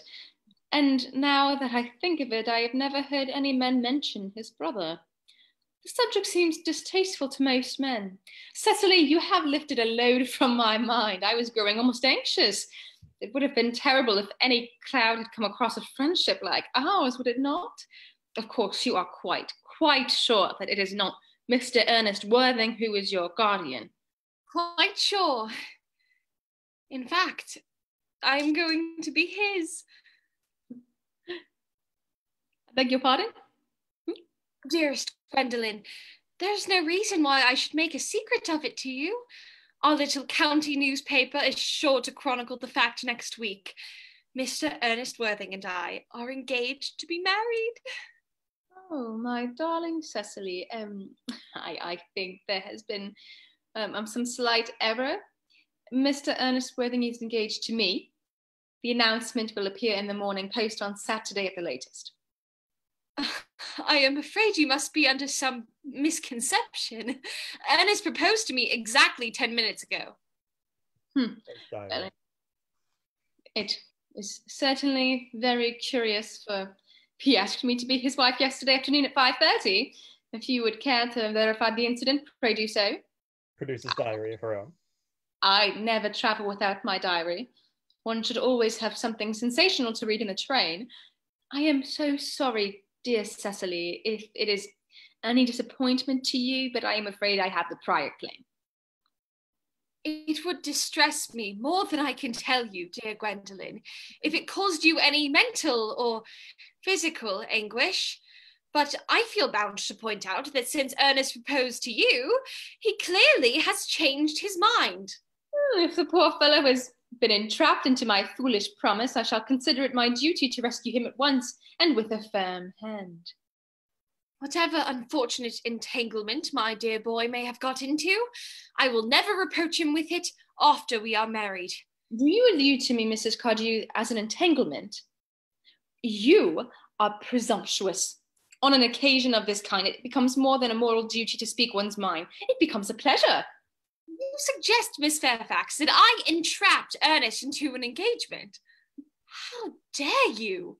This is no time for wearing the shallow mask of manners. When I see a spade, I call it a spade. I am glad to say that I never have seen a spade. It is obvious that our social spheres have been widely different.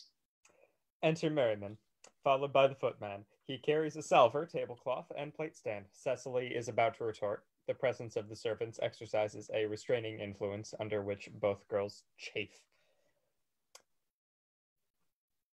Shall I lay tea here as usual, miss? Yes, as usual.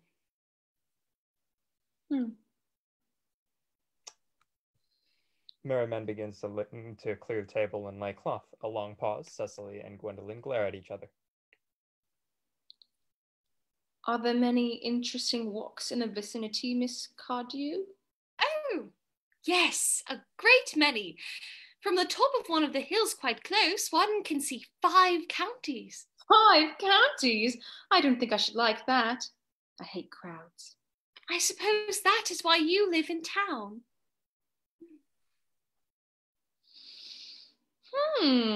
Quite a well-kept garden this is, Miss Cardew. So glad you like it, Miss Fairfax.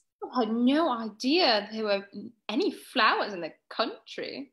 Oh, flowers are as common here, Miss Fairfax, as people are in London. Well, personally, I cannot understand how anybody manages to exist in the country, if anybody who is anybody does. The country always bores me to death. Ah, this is what the newspapers call agricultural depression, is it not? I believe the aristocracy are suffering very much from it just at present. It is almost an epidemic amongst them, I have been told. May I offer you some tea, Miss Fairfax? Thank you. Detestable girl, but I require tea. Sugar? Oh, no, thank you. Sugar is not fashionable anymore. Cecily looks angrily at her, takes up the tongs, and puts 4 lumps of sugar into the cup. Cake or bread and butter? Bread and butter, please. Cake is rarely seen at the best houses nowadays. Cecily cuts a very large slice of cake and puts it on the tray. Hand that to Miss Fairfax. Merriman does so and goes out with the footman. Gwendolen drinks the tea and makes a grimace, puts down the cup at once, reaches out her hand to the bread and butter, looks at it, and finds it is cake. Rises in indignation. You have filled my tea with lumps of sugar, and though I asked most distinctly for bread and butter, you have given me cake. I am known for my gentleness of my disposition and the extraordinary sweetness of my nature, but I warn you, Miss Cardew, you may go too far.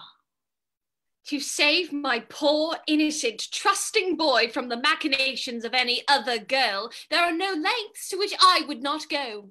From the moment I saw you, I distrusted you. I felt that you were false and deceitful, and I am never deceived in such matters. My first impressions of people are invariably right. It seems to me, Miss Fairfax, that I am trespassing on your valuable time. No doubt you have many other calls of a similar character to make in the neighbourhood. Ernest? Oh, my own Ernest. Gwendolen, darling. A moment. May I ask if you were engaged to be married to this young lady? To dear little Cecily? Of course not. What could have put such an idea in your pretty little head? Oh, thank you. You may. I knew there must be some misunderstanding, Miss Fairfax. The gentleman whose arm is at present round your waist is my guardian, Mr. John Worthing. I beg your pardon? This is Uncle Jack. Jack? Here is Ernest. My own love. A moment, Ernest. May I ask you, are you engaged to be married to this young lady? To what young lady? Good heavens, Gwendolen? Yes, to good heavens, Gwendolen. I mean, to Gwendolen. Of course not. Who could have put such an idea in your pretty little head? Thank you. You may. I felt that there was some slight error, Miss Cardew. The gentleman who is now embracing you is my cousin, Mr. Algernon Moncrieff. Algernon Moncrieff? Oh. The two girls move towards each other and put their arms around each other's waists as if for protection. Are you called Algernon? I cannot deny it. Oh. Is your name really John? I could deny it if I liked. I could deny anything if I liked, but my name certainly is John. It has been John for years. A gross deception has been practiced on both of us. My poor wounded Cecily. My sweet wronged Gwendolen. You will call me sister, will you not? They embrace. Jack and Algernon groan and walk up and down. There is just one question I would like to be allowed to ask my guardian. An admirable idea. Mr. Worthing, there is just one question I would like to be permitted to put to you. Where is your brother Ernest? We are both engaged to be married to your brother Ernest, so it is a matter of some importance for us to know where your brother Ernest is at present. Gwendolen, Cecily, it is very painful for me to be forced to speak the truth. This is the first time in my life that I've ever been reduced to such a painful position, and I'm really quite inexperienced in doing anything of the kind. However, I will tell you quite frankly that I have no brother Ernest. I have no brother at all. I've never had a brother in my life, and I certainly have not the smallest intention of ever having one in the future. No brother at all? None. Had you ever a brother of any kind? Never, not even of any kind. I'm afraid that it is quite clear, Cecily, that neither of us is engaged to be married to anyone. No. It is not a very pleasant position for a young girl to suddenly find herself in, is it? Let us go into the house. They will hardly venture to come after us there. No, men are so cowardly, aren't they? They retire into the house with scornful looks. This ghastly state of things is what you call bunburying, I suppose? Yes, and a perfectly wonderful Bunbury it is. The most wonderful Bunbury I've ever had in my life. Look, you've no right whatsoever to Bunbury here. That is absurd. One has a right to Bunbury anywhere he chooses. Every serious Bunburyist knows that. Serious Bunburyist? Good heavens. Well, one must be serious about something if one wants to have any amusement in life. I happen to be serious about Bunburying. What on earth are you serious about? I haven't got the remotest idea. About everything, I should fancy. I have such an absolutely trivial nature. Well, the only small satisfaction I have in the whole of this wretched business is that your friend Bunbury is quite exploded. You won't be able to run down to the country quite so often as you used to, dear Algie, and a very good thing, too. Your brother is a little off colour, isn't he, dear Jack? You won't be able to disappear to London quite so frequently as your wicked custom was. And not a bad thing either. As for your conduct towards Miss Cardew, I must say that you're taking in a sweet, simple, innocent girl like that is quite inexcusable, to say nothing of the fact that she is my ward. I can see no possible defence at all for deceiving a brilliant, clever, thoroughly experienced young lady like Miss Fairfax, to say nothing of the fact that she is my cousin. I want to be engaged to Gwendolen, that is all. I love her. Well, I simply wanted to be engaged to Cecily. I adore her. There's certainly no chance of your marrying Miss Cardew. I don't think that there is much likelihood, Jack, of you and Miss Fairfax being united. Well, it is no business of yours. If it was my business, I wouldn't talk about it. It is very vulgar to talk about one's business. Only people like stockbrokers do that, and then merely at dinner parties. How can you sit there calmly eating muffins when we are in this horrible trouble? I can't make out. You seem to be perfectly heartless. Well, I can't eat muffins in an agitated manner. The butter would probably get off my cuffs. One should always eat muffins quite calmly. It is the only way to eat them. I say it's perfectly heartless you're eating muffins at all under the circumstances. Well, I am in trouble. Eating is the only thing that consoles me. Indeed, when I am in really great trouble, as anyone who knows me intimately will tell you, I refuse everything except food and drink. At the present moment, I am eating muffins because I am unhappy. Besides, I am particularly fond of muffins. Well, that is no reason why you should eat them all in that greedy way. Takes muffins from Algernon. I wish you would have a tea cake instead. I don't like tea cake. Good heavens! I suppose a man might eat his own muffins in his own garden. But you have just said it was perfectly heartless to eat muffins. I said it was perfectly heartless of you under the circumstances. That is a very different thing. That may be, but the muffins are the same. He seizes the muffin dish from Jack.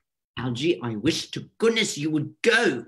You can't possibly ask me to go without having some dinner. It's absurd. I never go anywhere without my dinner. No one ever does, except vegetarians and people like that. Besides, I have just made arrangements with Dr. Chasuble to be christened at 5:45 under the name of Earnest. My dear fellow, the sooner you give up that nonsense, the better. I made arrangements this morning with Dr. Chasuble to be christened myself at 5:30, as I naturally will take the name of Earnest. Gwendolen would wish it. We can't both be christened Earnest. It's absurd. Besides, I have a perfect right to be christened if I like. There's no evidence at all that I've ever been christened by anybody. I should think it extremely probable I never was, and so does Dr. Chasuble. It's entirely different in your case. You have been christened already.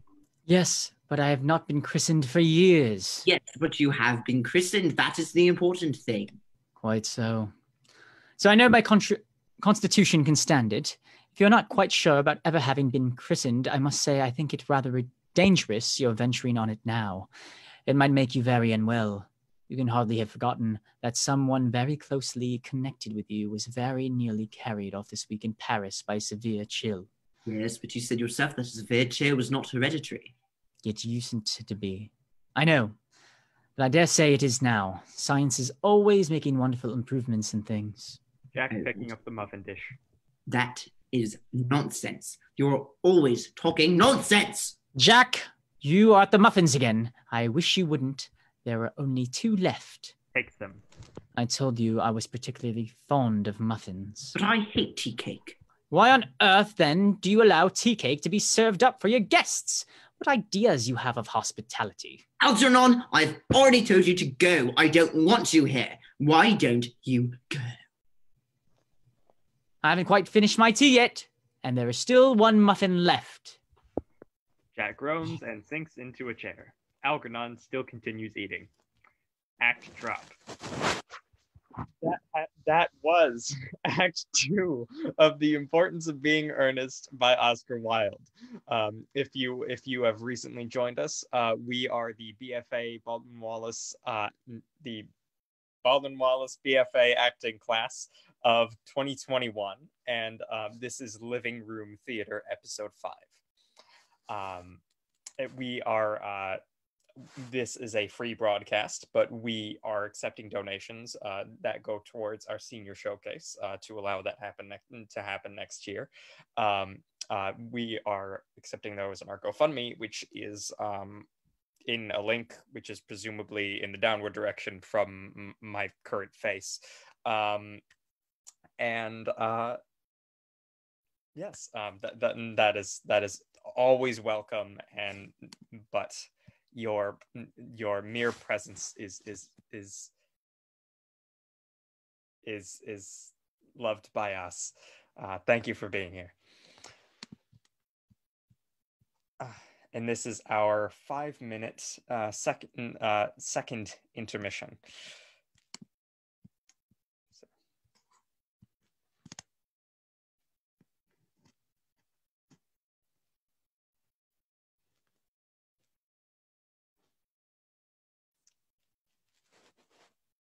You want to hear a joke? Let's see. All right, so 3 strings walk into a bar, right? And the first string goes up to the bar and he says, I'll have a beer. And then the bartender says, we don't serve strings here. And then the first string goes back to his buddies. He's like, oh, I guess they don't serve strings here. And then the second string goes up, says, hang on, I got this. So then he puts on glasses and a fake mustache. Hey, Nicky? Yeah? We had decided just to go through. Okay, all right, cool. So let's... That makes sense. Continue. All right. Awesome. Try to finish the Joker. All right, anyway. Let's finish it later. All right. This is act. Thank you. That was so bizarre. This is we will now be beginning Act 3 of The Importance of Being Earnest by Oscar Wilde. Third act, scene, morning room at the manor house. Gwendolen and Cecily are at the window looking out into the garden.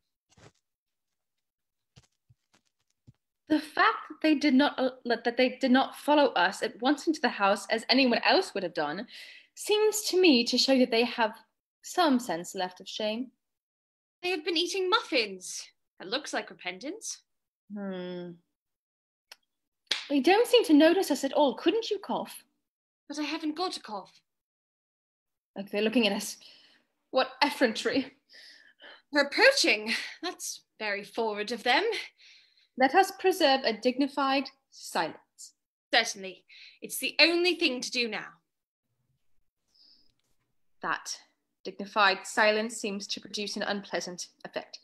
Most distasteful one. But we will not be the first to speak. Certainly not. Mr. Worthing, I have something very particular to ask you. Much depends on your reply. Gwendolen, your common sense is invaluable. Mr. Moncrieff, kindly answer me the following question. Why did you pretend to be my guardian's brother? In order that I might have an opportunity of meeting you. That certainly seems to be a satisfactory explanation, does it not? Yes, dear, if you can believe him. I don't, but that does not affect the wonderful beauty of his answer. True. In matters of grave importance, style, not sincerity, is the vital thing. Mr. Worthing, what explanation can you offer me for pretending to have a brother? Was it in order that you might have an opportunity of coming up to town to see me as often as possible? Can you doubt it, Miss Fairfax? I have the gravest doubts upon the subject, but I intend to crush them. This is not the moment for German skepticism. Their explanations appear to be quite satisfactory, especially Mr. Worthing's. That seems to me to have the stamp of truth upon it. I am more than content with what Mr. Moncrieff said. His voice alone inspires one with absolute credulity.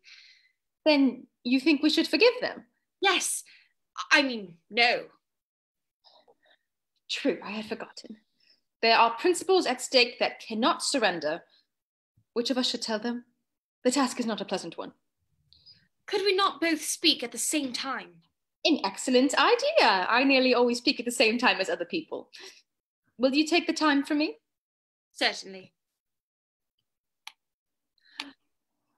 Your Christian names are still an insuperable barrier, that is all. Our Christian names? Is that all? But we are going to be Christian this afternoon. For my sake, you are prepared to do this terrible thing? I am. To please me, are you ready to face this fearful ordeal? I am. How absurd to talk of the equality of the sexes, where questions of self-sacrifice are concerned. Men are infinitely beyond us. We are. They have moments of physical courage of which we women know absolutely nothing. Darling. Darling.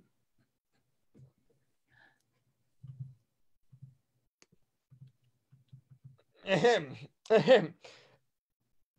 Lady Bracknell. Good heavens. Enter Lady Bracknell. The couple separate in alarm. Exit Merriman. Gwendolen, what does this mean? Merely that I am engaged to be married to Mr. Worthing, Mamma. Come here. Sit down. Sit down immediately. Hesitation of any kind is a sign of mental decay in the young, of physical weakness in the old. Apprise, sir, of my daughter's sudden flight of her trusty mind, whose confidence I purchased by means of a small coin. I followed her at once by a luggage train. Her unhappy father is, I am glad to say, under the impression that she is attending a more than unhappy father. I am glad to say that is under the impression that she is attending more than an unlengthy lecture by the University of Extension Scheme in the influence of a permanent income of thought. I do not propose to undeceive him. Indeed, I have never undeceived him on any question. I would consider it wrong, but of course, you will clearly understand that all communication between yourself and my daughter must cease immediately from this moment. On this point, as indeed on all points, I am firm. I am engaged to be married to Gwendolen, Lady Bracknell. You are nothing of the kind, sir. And now as regards to Algernon. Algernon.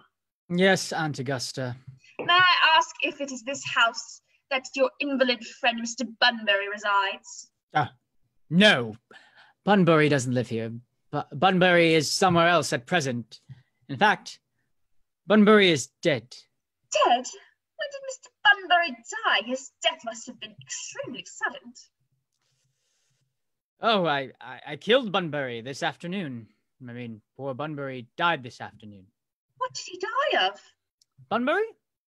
Oh, he was quite exploded. Exploded? Was he the victim of a revolutionary outrage? I was not aware that Mr. Bunbury was interested in social legislation. If so, he was well punished for his morbidity. My dear Aunt Augusta, I mean, he was found out. The doctors found out that Bunbury could not live. That is what I mean. So Bunbury died. He seems to have had a great confidence in the opinion of his physicians. I am glad, however, that he finally made up his mind at last to some definite course of action and acted under proper medical advice. And now that we have finally got rid of Mr. Bunbury, may I ask, Mr. Worthing, who is this young person whose hand my nephew Algernon is now holding in what seems to be a peculiarly unnecessary manner? That lady is Miss Cecily Cardew, my ward. I'm engaged to be married to Cecily, Aunt Augusta. I beg your pardon? Mr. Moncrieff and I are engaged to be married, Lady Bracknell. I do not know whether there is anything peculiarity exciting in the air of this particular part of Hertfordshire, but the number of engagements that go on seems to be considerably above the proper average that statistics have laid down for our guidance. I think some preliminary inquiry on my part would not be out of place. Mr. Worthing, is Miss Cardew at all connected with any of the larger railway stations of London? I merely desire information. Until yesterday, I had no idea that there were any families or persons whose origin was a terminus. Miss Cardew is the granddaughter of the late Mr. Thomas Cardew of 149 Belgrave Square, Southwest, Gervais Park, Dorking, Surrey, and the Sporran, Fifeshire, NB. That sounds not unsatisfactory. 3 addresses always inspire confidence, even in a tradesman. But what proof have I have of their authenticity? I have carefully preserved the court guides of the period. They're open to your inspection, Lady Bracknell. I have known strange errors in that publication. Miss Cardew's family solicitors are Messrs. Markby, and Markby. Markby, and Markby, a firm of the highest position in their profession. Indeed, I am told that one of the Mr. Markbys is occasionally to be seen at dinner parties. So far, I am satisfied. How extremely kind of you, Lady Bracknell. I've also in my possession, you will be pleased to hear, certificates of Miss Cardew's birth, baptism, whooping cough, registration, vaccination, confirmation, and the measles, both the German and the English variety. A life crowded with incident, I see, though perhaps somewhat too exciting for a young girl. I am not myself in favour of premature experiences.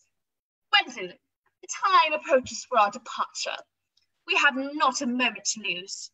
As a matter of form, Mr. Worthing, I had better ask you if Miss Cardew has had any little fortune.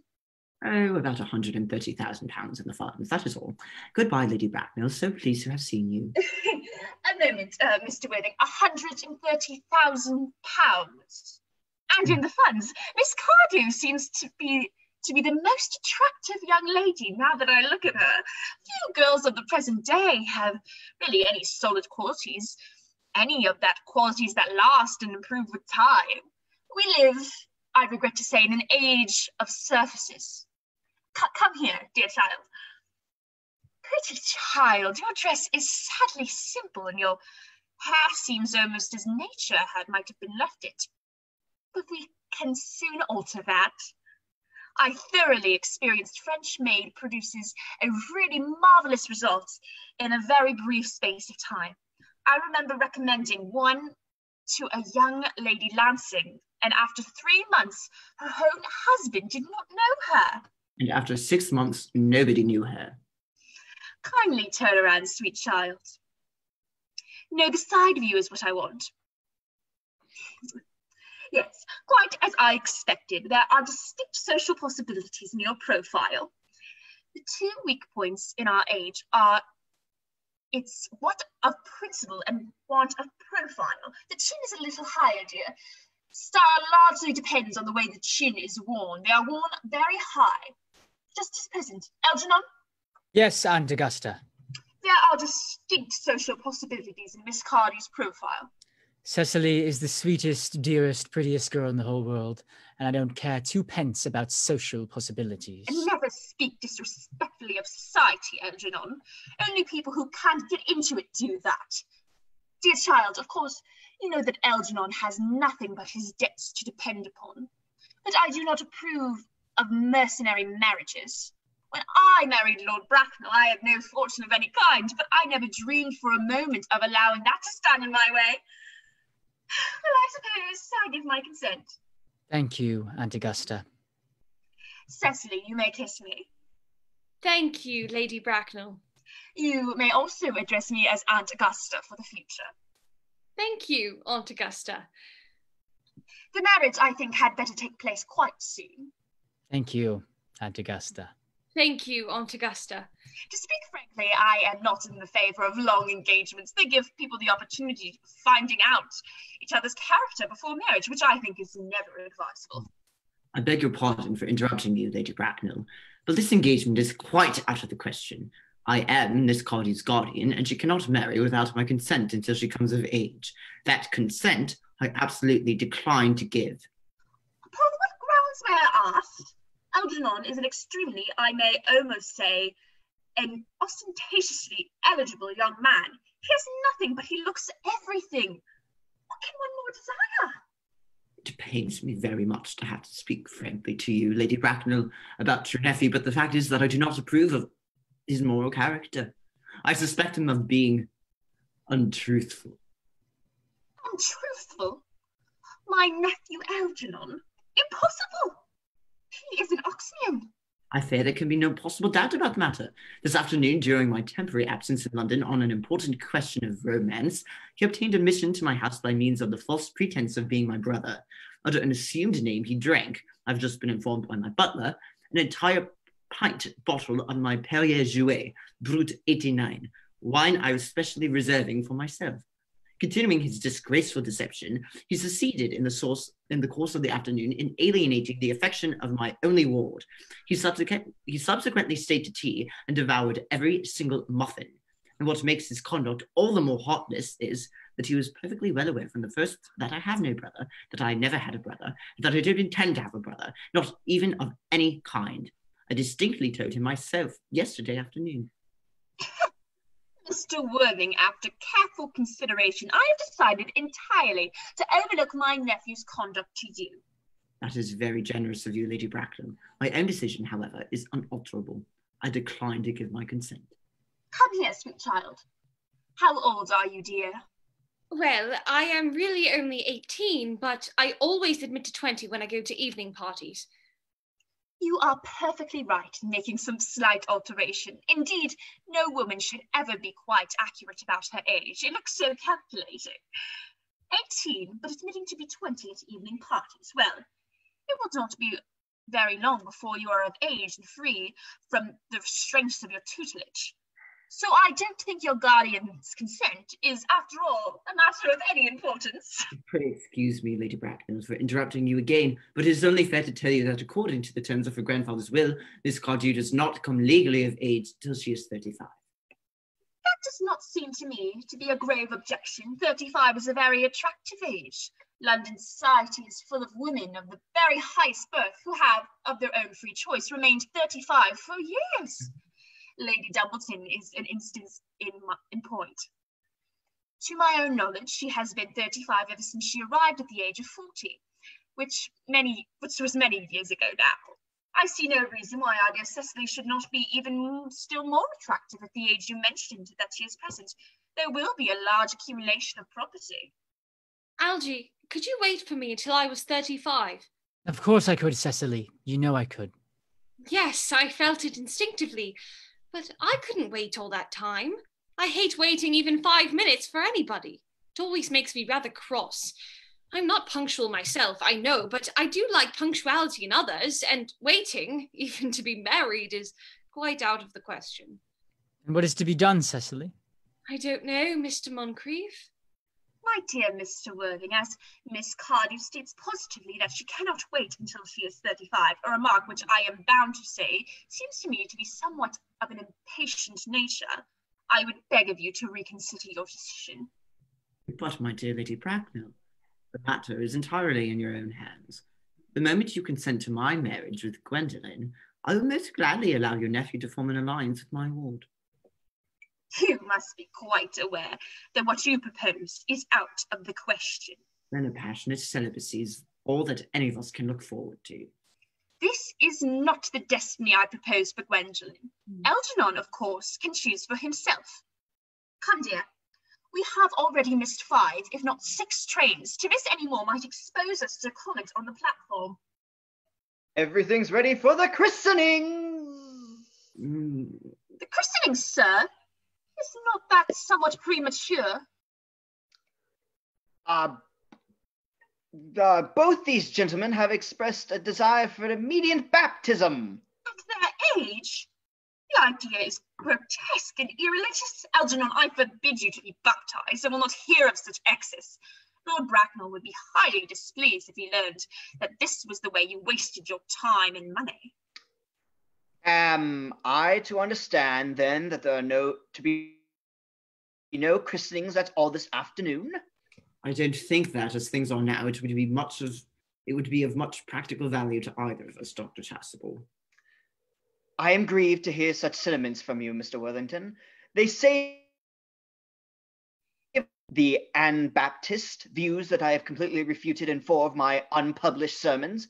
However, as your present mood seems to be one peculiar secular, I will return to the church at once. Indeed, I have been informed by my pew openers that for the last hour and a half, Miss Prism has been waiting for me in the vestry. Miss Prism? Did I hear you mention a Miss Prism? Yes, Lady Blackwell. I am on my way to join her. Pray, allow me to detain you for a moment. This matter may prove to be one of vital importance to Lord Bracknell and myself. Is this Miss Prism a female of repellent descent, remotely connected with education? She is the most cultivated of lady, and is very picturesque of her respectability. It is obviously the same person. May I ask what position she holds in your household? I am a celibate, madam. Miss Prism, Lady Bracknell, has been for the last 3 years Miss Cardew's esteemed governess and valued companion.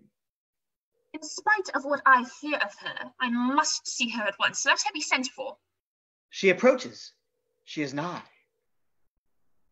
I was told you expected me in the vestry, dear Canon. I have been waiting for you there for 1 hour and 3/4. Prism? Come here, Prism. Prism, where is that baby?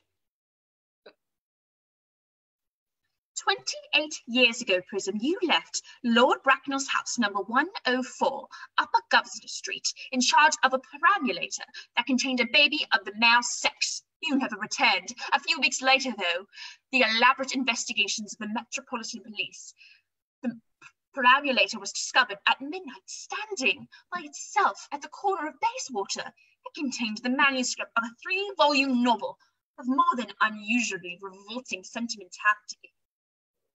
But the baby was not there. Prism, where is that baby? Lady Bracknell, I admit with shame that I do not know. I only wish I did. The plain facts of the case are these. On the morning of the day you mention, a day that is forever branded in my memory, I prepared as usual to take the baby out in its perambulator. I had also with me a somewhat old but capacious handbag in which I had intended to place the manuscript of a work of fiction that I'd written during my few unoccupied hours. In a moment of mental abstraction for which I never forgive myself, I deposited the manuscript in the bassinet and placed the baby in the handbag. But where did you deposit the handbag? Do not ask me, Mr. Worthing. Miss Prism, this is a matter of no small importance to me. I insist on knowing where you deposited the handbag that contained that infant. I left it in the cloakroom of one of the larger railway stations in London. What railway station? Victoria, the Brighton line. I must retire to my room for a moment. Gwendolen, wait here for me. Oh, well, if you're not too long, I will wait here for you all my life. What do you think this means, Lady Bracknell? I dare not even suspect Dr. Chasuble. I need hardly tell you that in families of high position, strange coincidences are not supposed to occur. They are hardly considered the thing. Noises heard overhead as if someone was throwing trunks about. Everyone looks up. Uncle Jack seems strangely agitated. Your guardian has a very emotional nature. This noise is extremely unpleasant. It sounds as if you were having an argument. I dislike arguments of any kind. They are always vulgar and often convincing. It is stopped now. The noise is redoubled. I wish you would arrive at some conclusion. Suspense is terrible. I hope it will last. Enter Jack with a handbag of black leather in his hand. Is this the handbag, Miss Prism? Examine it carefully before you speak. The happiness of more than one life depends on your answer. It seems to be mine. Yes, there is the injury it received through the upsetting of a Gower Street omnibus in younger and happier days. Here is the stain on the lining caused by the explosion of a temperance beverage, an incident that occurred at Leamington. And here on the lock are my initials. I'd forgotten that in an extravagant mood I had them placed there. The bag is undoubtedly mine. I'm delighted to have it so unexpectedly restored to me. It has been a great inconvenience being without it all these years. Miss Prism, more is restored to you than this handbag. I was the baby you put in it. You? Yes. Mother! Mr. Worthing, I am unmarried. Unmarried? I do not deny that is a serious blow. But, after all, who has the right to cast a stone against one who has suffered? Cannot it not wipe out an act of folly? Who should there be one law for men and another for women? Mother, I forgive you. Mr. Worthing, there is some error. There is the lady who can tell you who you really are. Lady Bracknell, I hate to seem inquisitive, but would you kindly inform me who I am? I am afraid that the news I have to give you will not altogether please you. You are the son of my poor sister, Mrs. Moncrieff, and consequently, Algernon's elder brother. Algy's elder brother? Then I have a brother after all. I knew I had a brother. I always said I had a brother. Cecily, how could you have ever doubted that I had a brother? Dr. Chasuble, my unfortunate brother. Miss Prism, my unfortunate brother. Gwendolen, my unfortunate brother. Algy, you young scoundrel, you will have to treat me with more respect in the future. You have never behaved to me like a brother in all your life. Well, not till today, old boy, I admit. I did my best, however, though I was out of practice. Shakes hands. My own, but what own are you? What is your Christian name now that you've become someone else? Good heavens, I'd quite forgotten that point. Your decision on the subject of my name is irrevocable, I suppose. I never change except in my affections. What a noble nature you have, Gwendolen. Then the question had better be cleared up at once. Aunt Augusta, a moment. At the time when Miss Prism left me in the handbag, had I been christened already?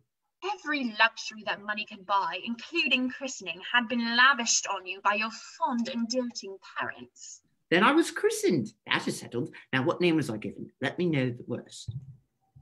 Being the eldest son, you were naturally christened after your father. Yes, but what was my father's Christian name? I cannot at present recall what the general's Christian name was, but I have no doubt he had one. He was eccentric, I admit, but only in later years.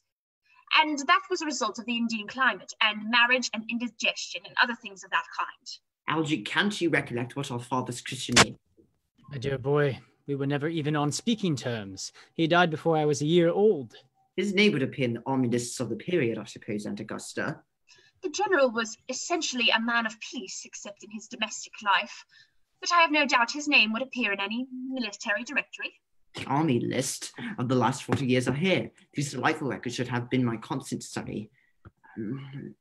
Generals, Malin, Maxbum, Magley, what ghastly names they have. Markby, Migsby, Mobs, Moncrieff, Lieutenant 1840, Captain, Lieutenant, Colonel, Colonel, General 1869, Christian names, Ernest John. I always told you, Gwendolen, my name was Earnest, didn't I? Well, it is Ernest after all. I mean, it naturally is Earnest. Yes, I remember now that the general was called Ernest. I knew I had some particularly disliking for that name. Oh, Ernest, my own Ernest. I thought from the first that you could have no other name. Gwendolen, it is a terrible thing for a man to find out suddenly that all his life he has been speaking nothing but the truth. Can you forgive me? I can, for I feel that you are sure to change. My own one. Letatia. Frederick, at last. Cecily, at last. Gwendolen, at last. My nephew, you seem to be displaying signs of triviality. On the contrary, Aunt Augusta, I've now realised for the first time in my life the vital importance of being earnest. Tableau. End of The Importance of Being Earnest by Oscar Wilde. Thank you all so much for joining us. That was so much fun. This has been Living Room Theater episode 5. We are the Baldwin Wallace BFA class of 2021. I believe that is all. What's happening next week, Nicky? What? What's happening next week? Yes. Next week on episode 6, we have The Curve of Her Spine Is My Home by Olivia Grace Billings. Tune in. Yeah. Thank you all so much. Goodbye. Happy Mother's Day. Happy Mother's Day. Happy Mother's Day. I was the mother Everywhere. And in the live stream. yes, I'm working on it. Goodbye.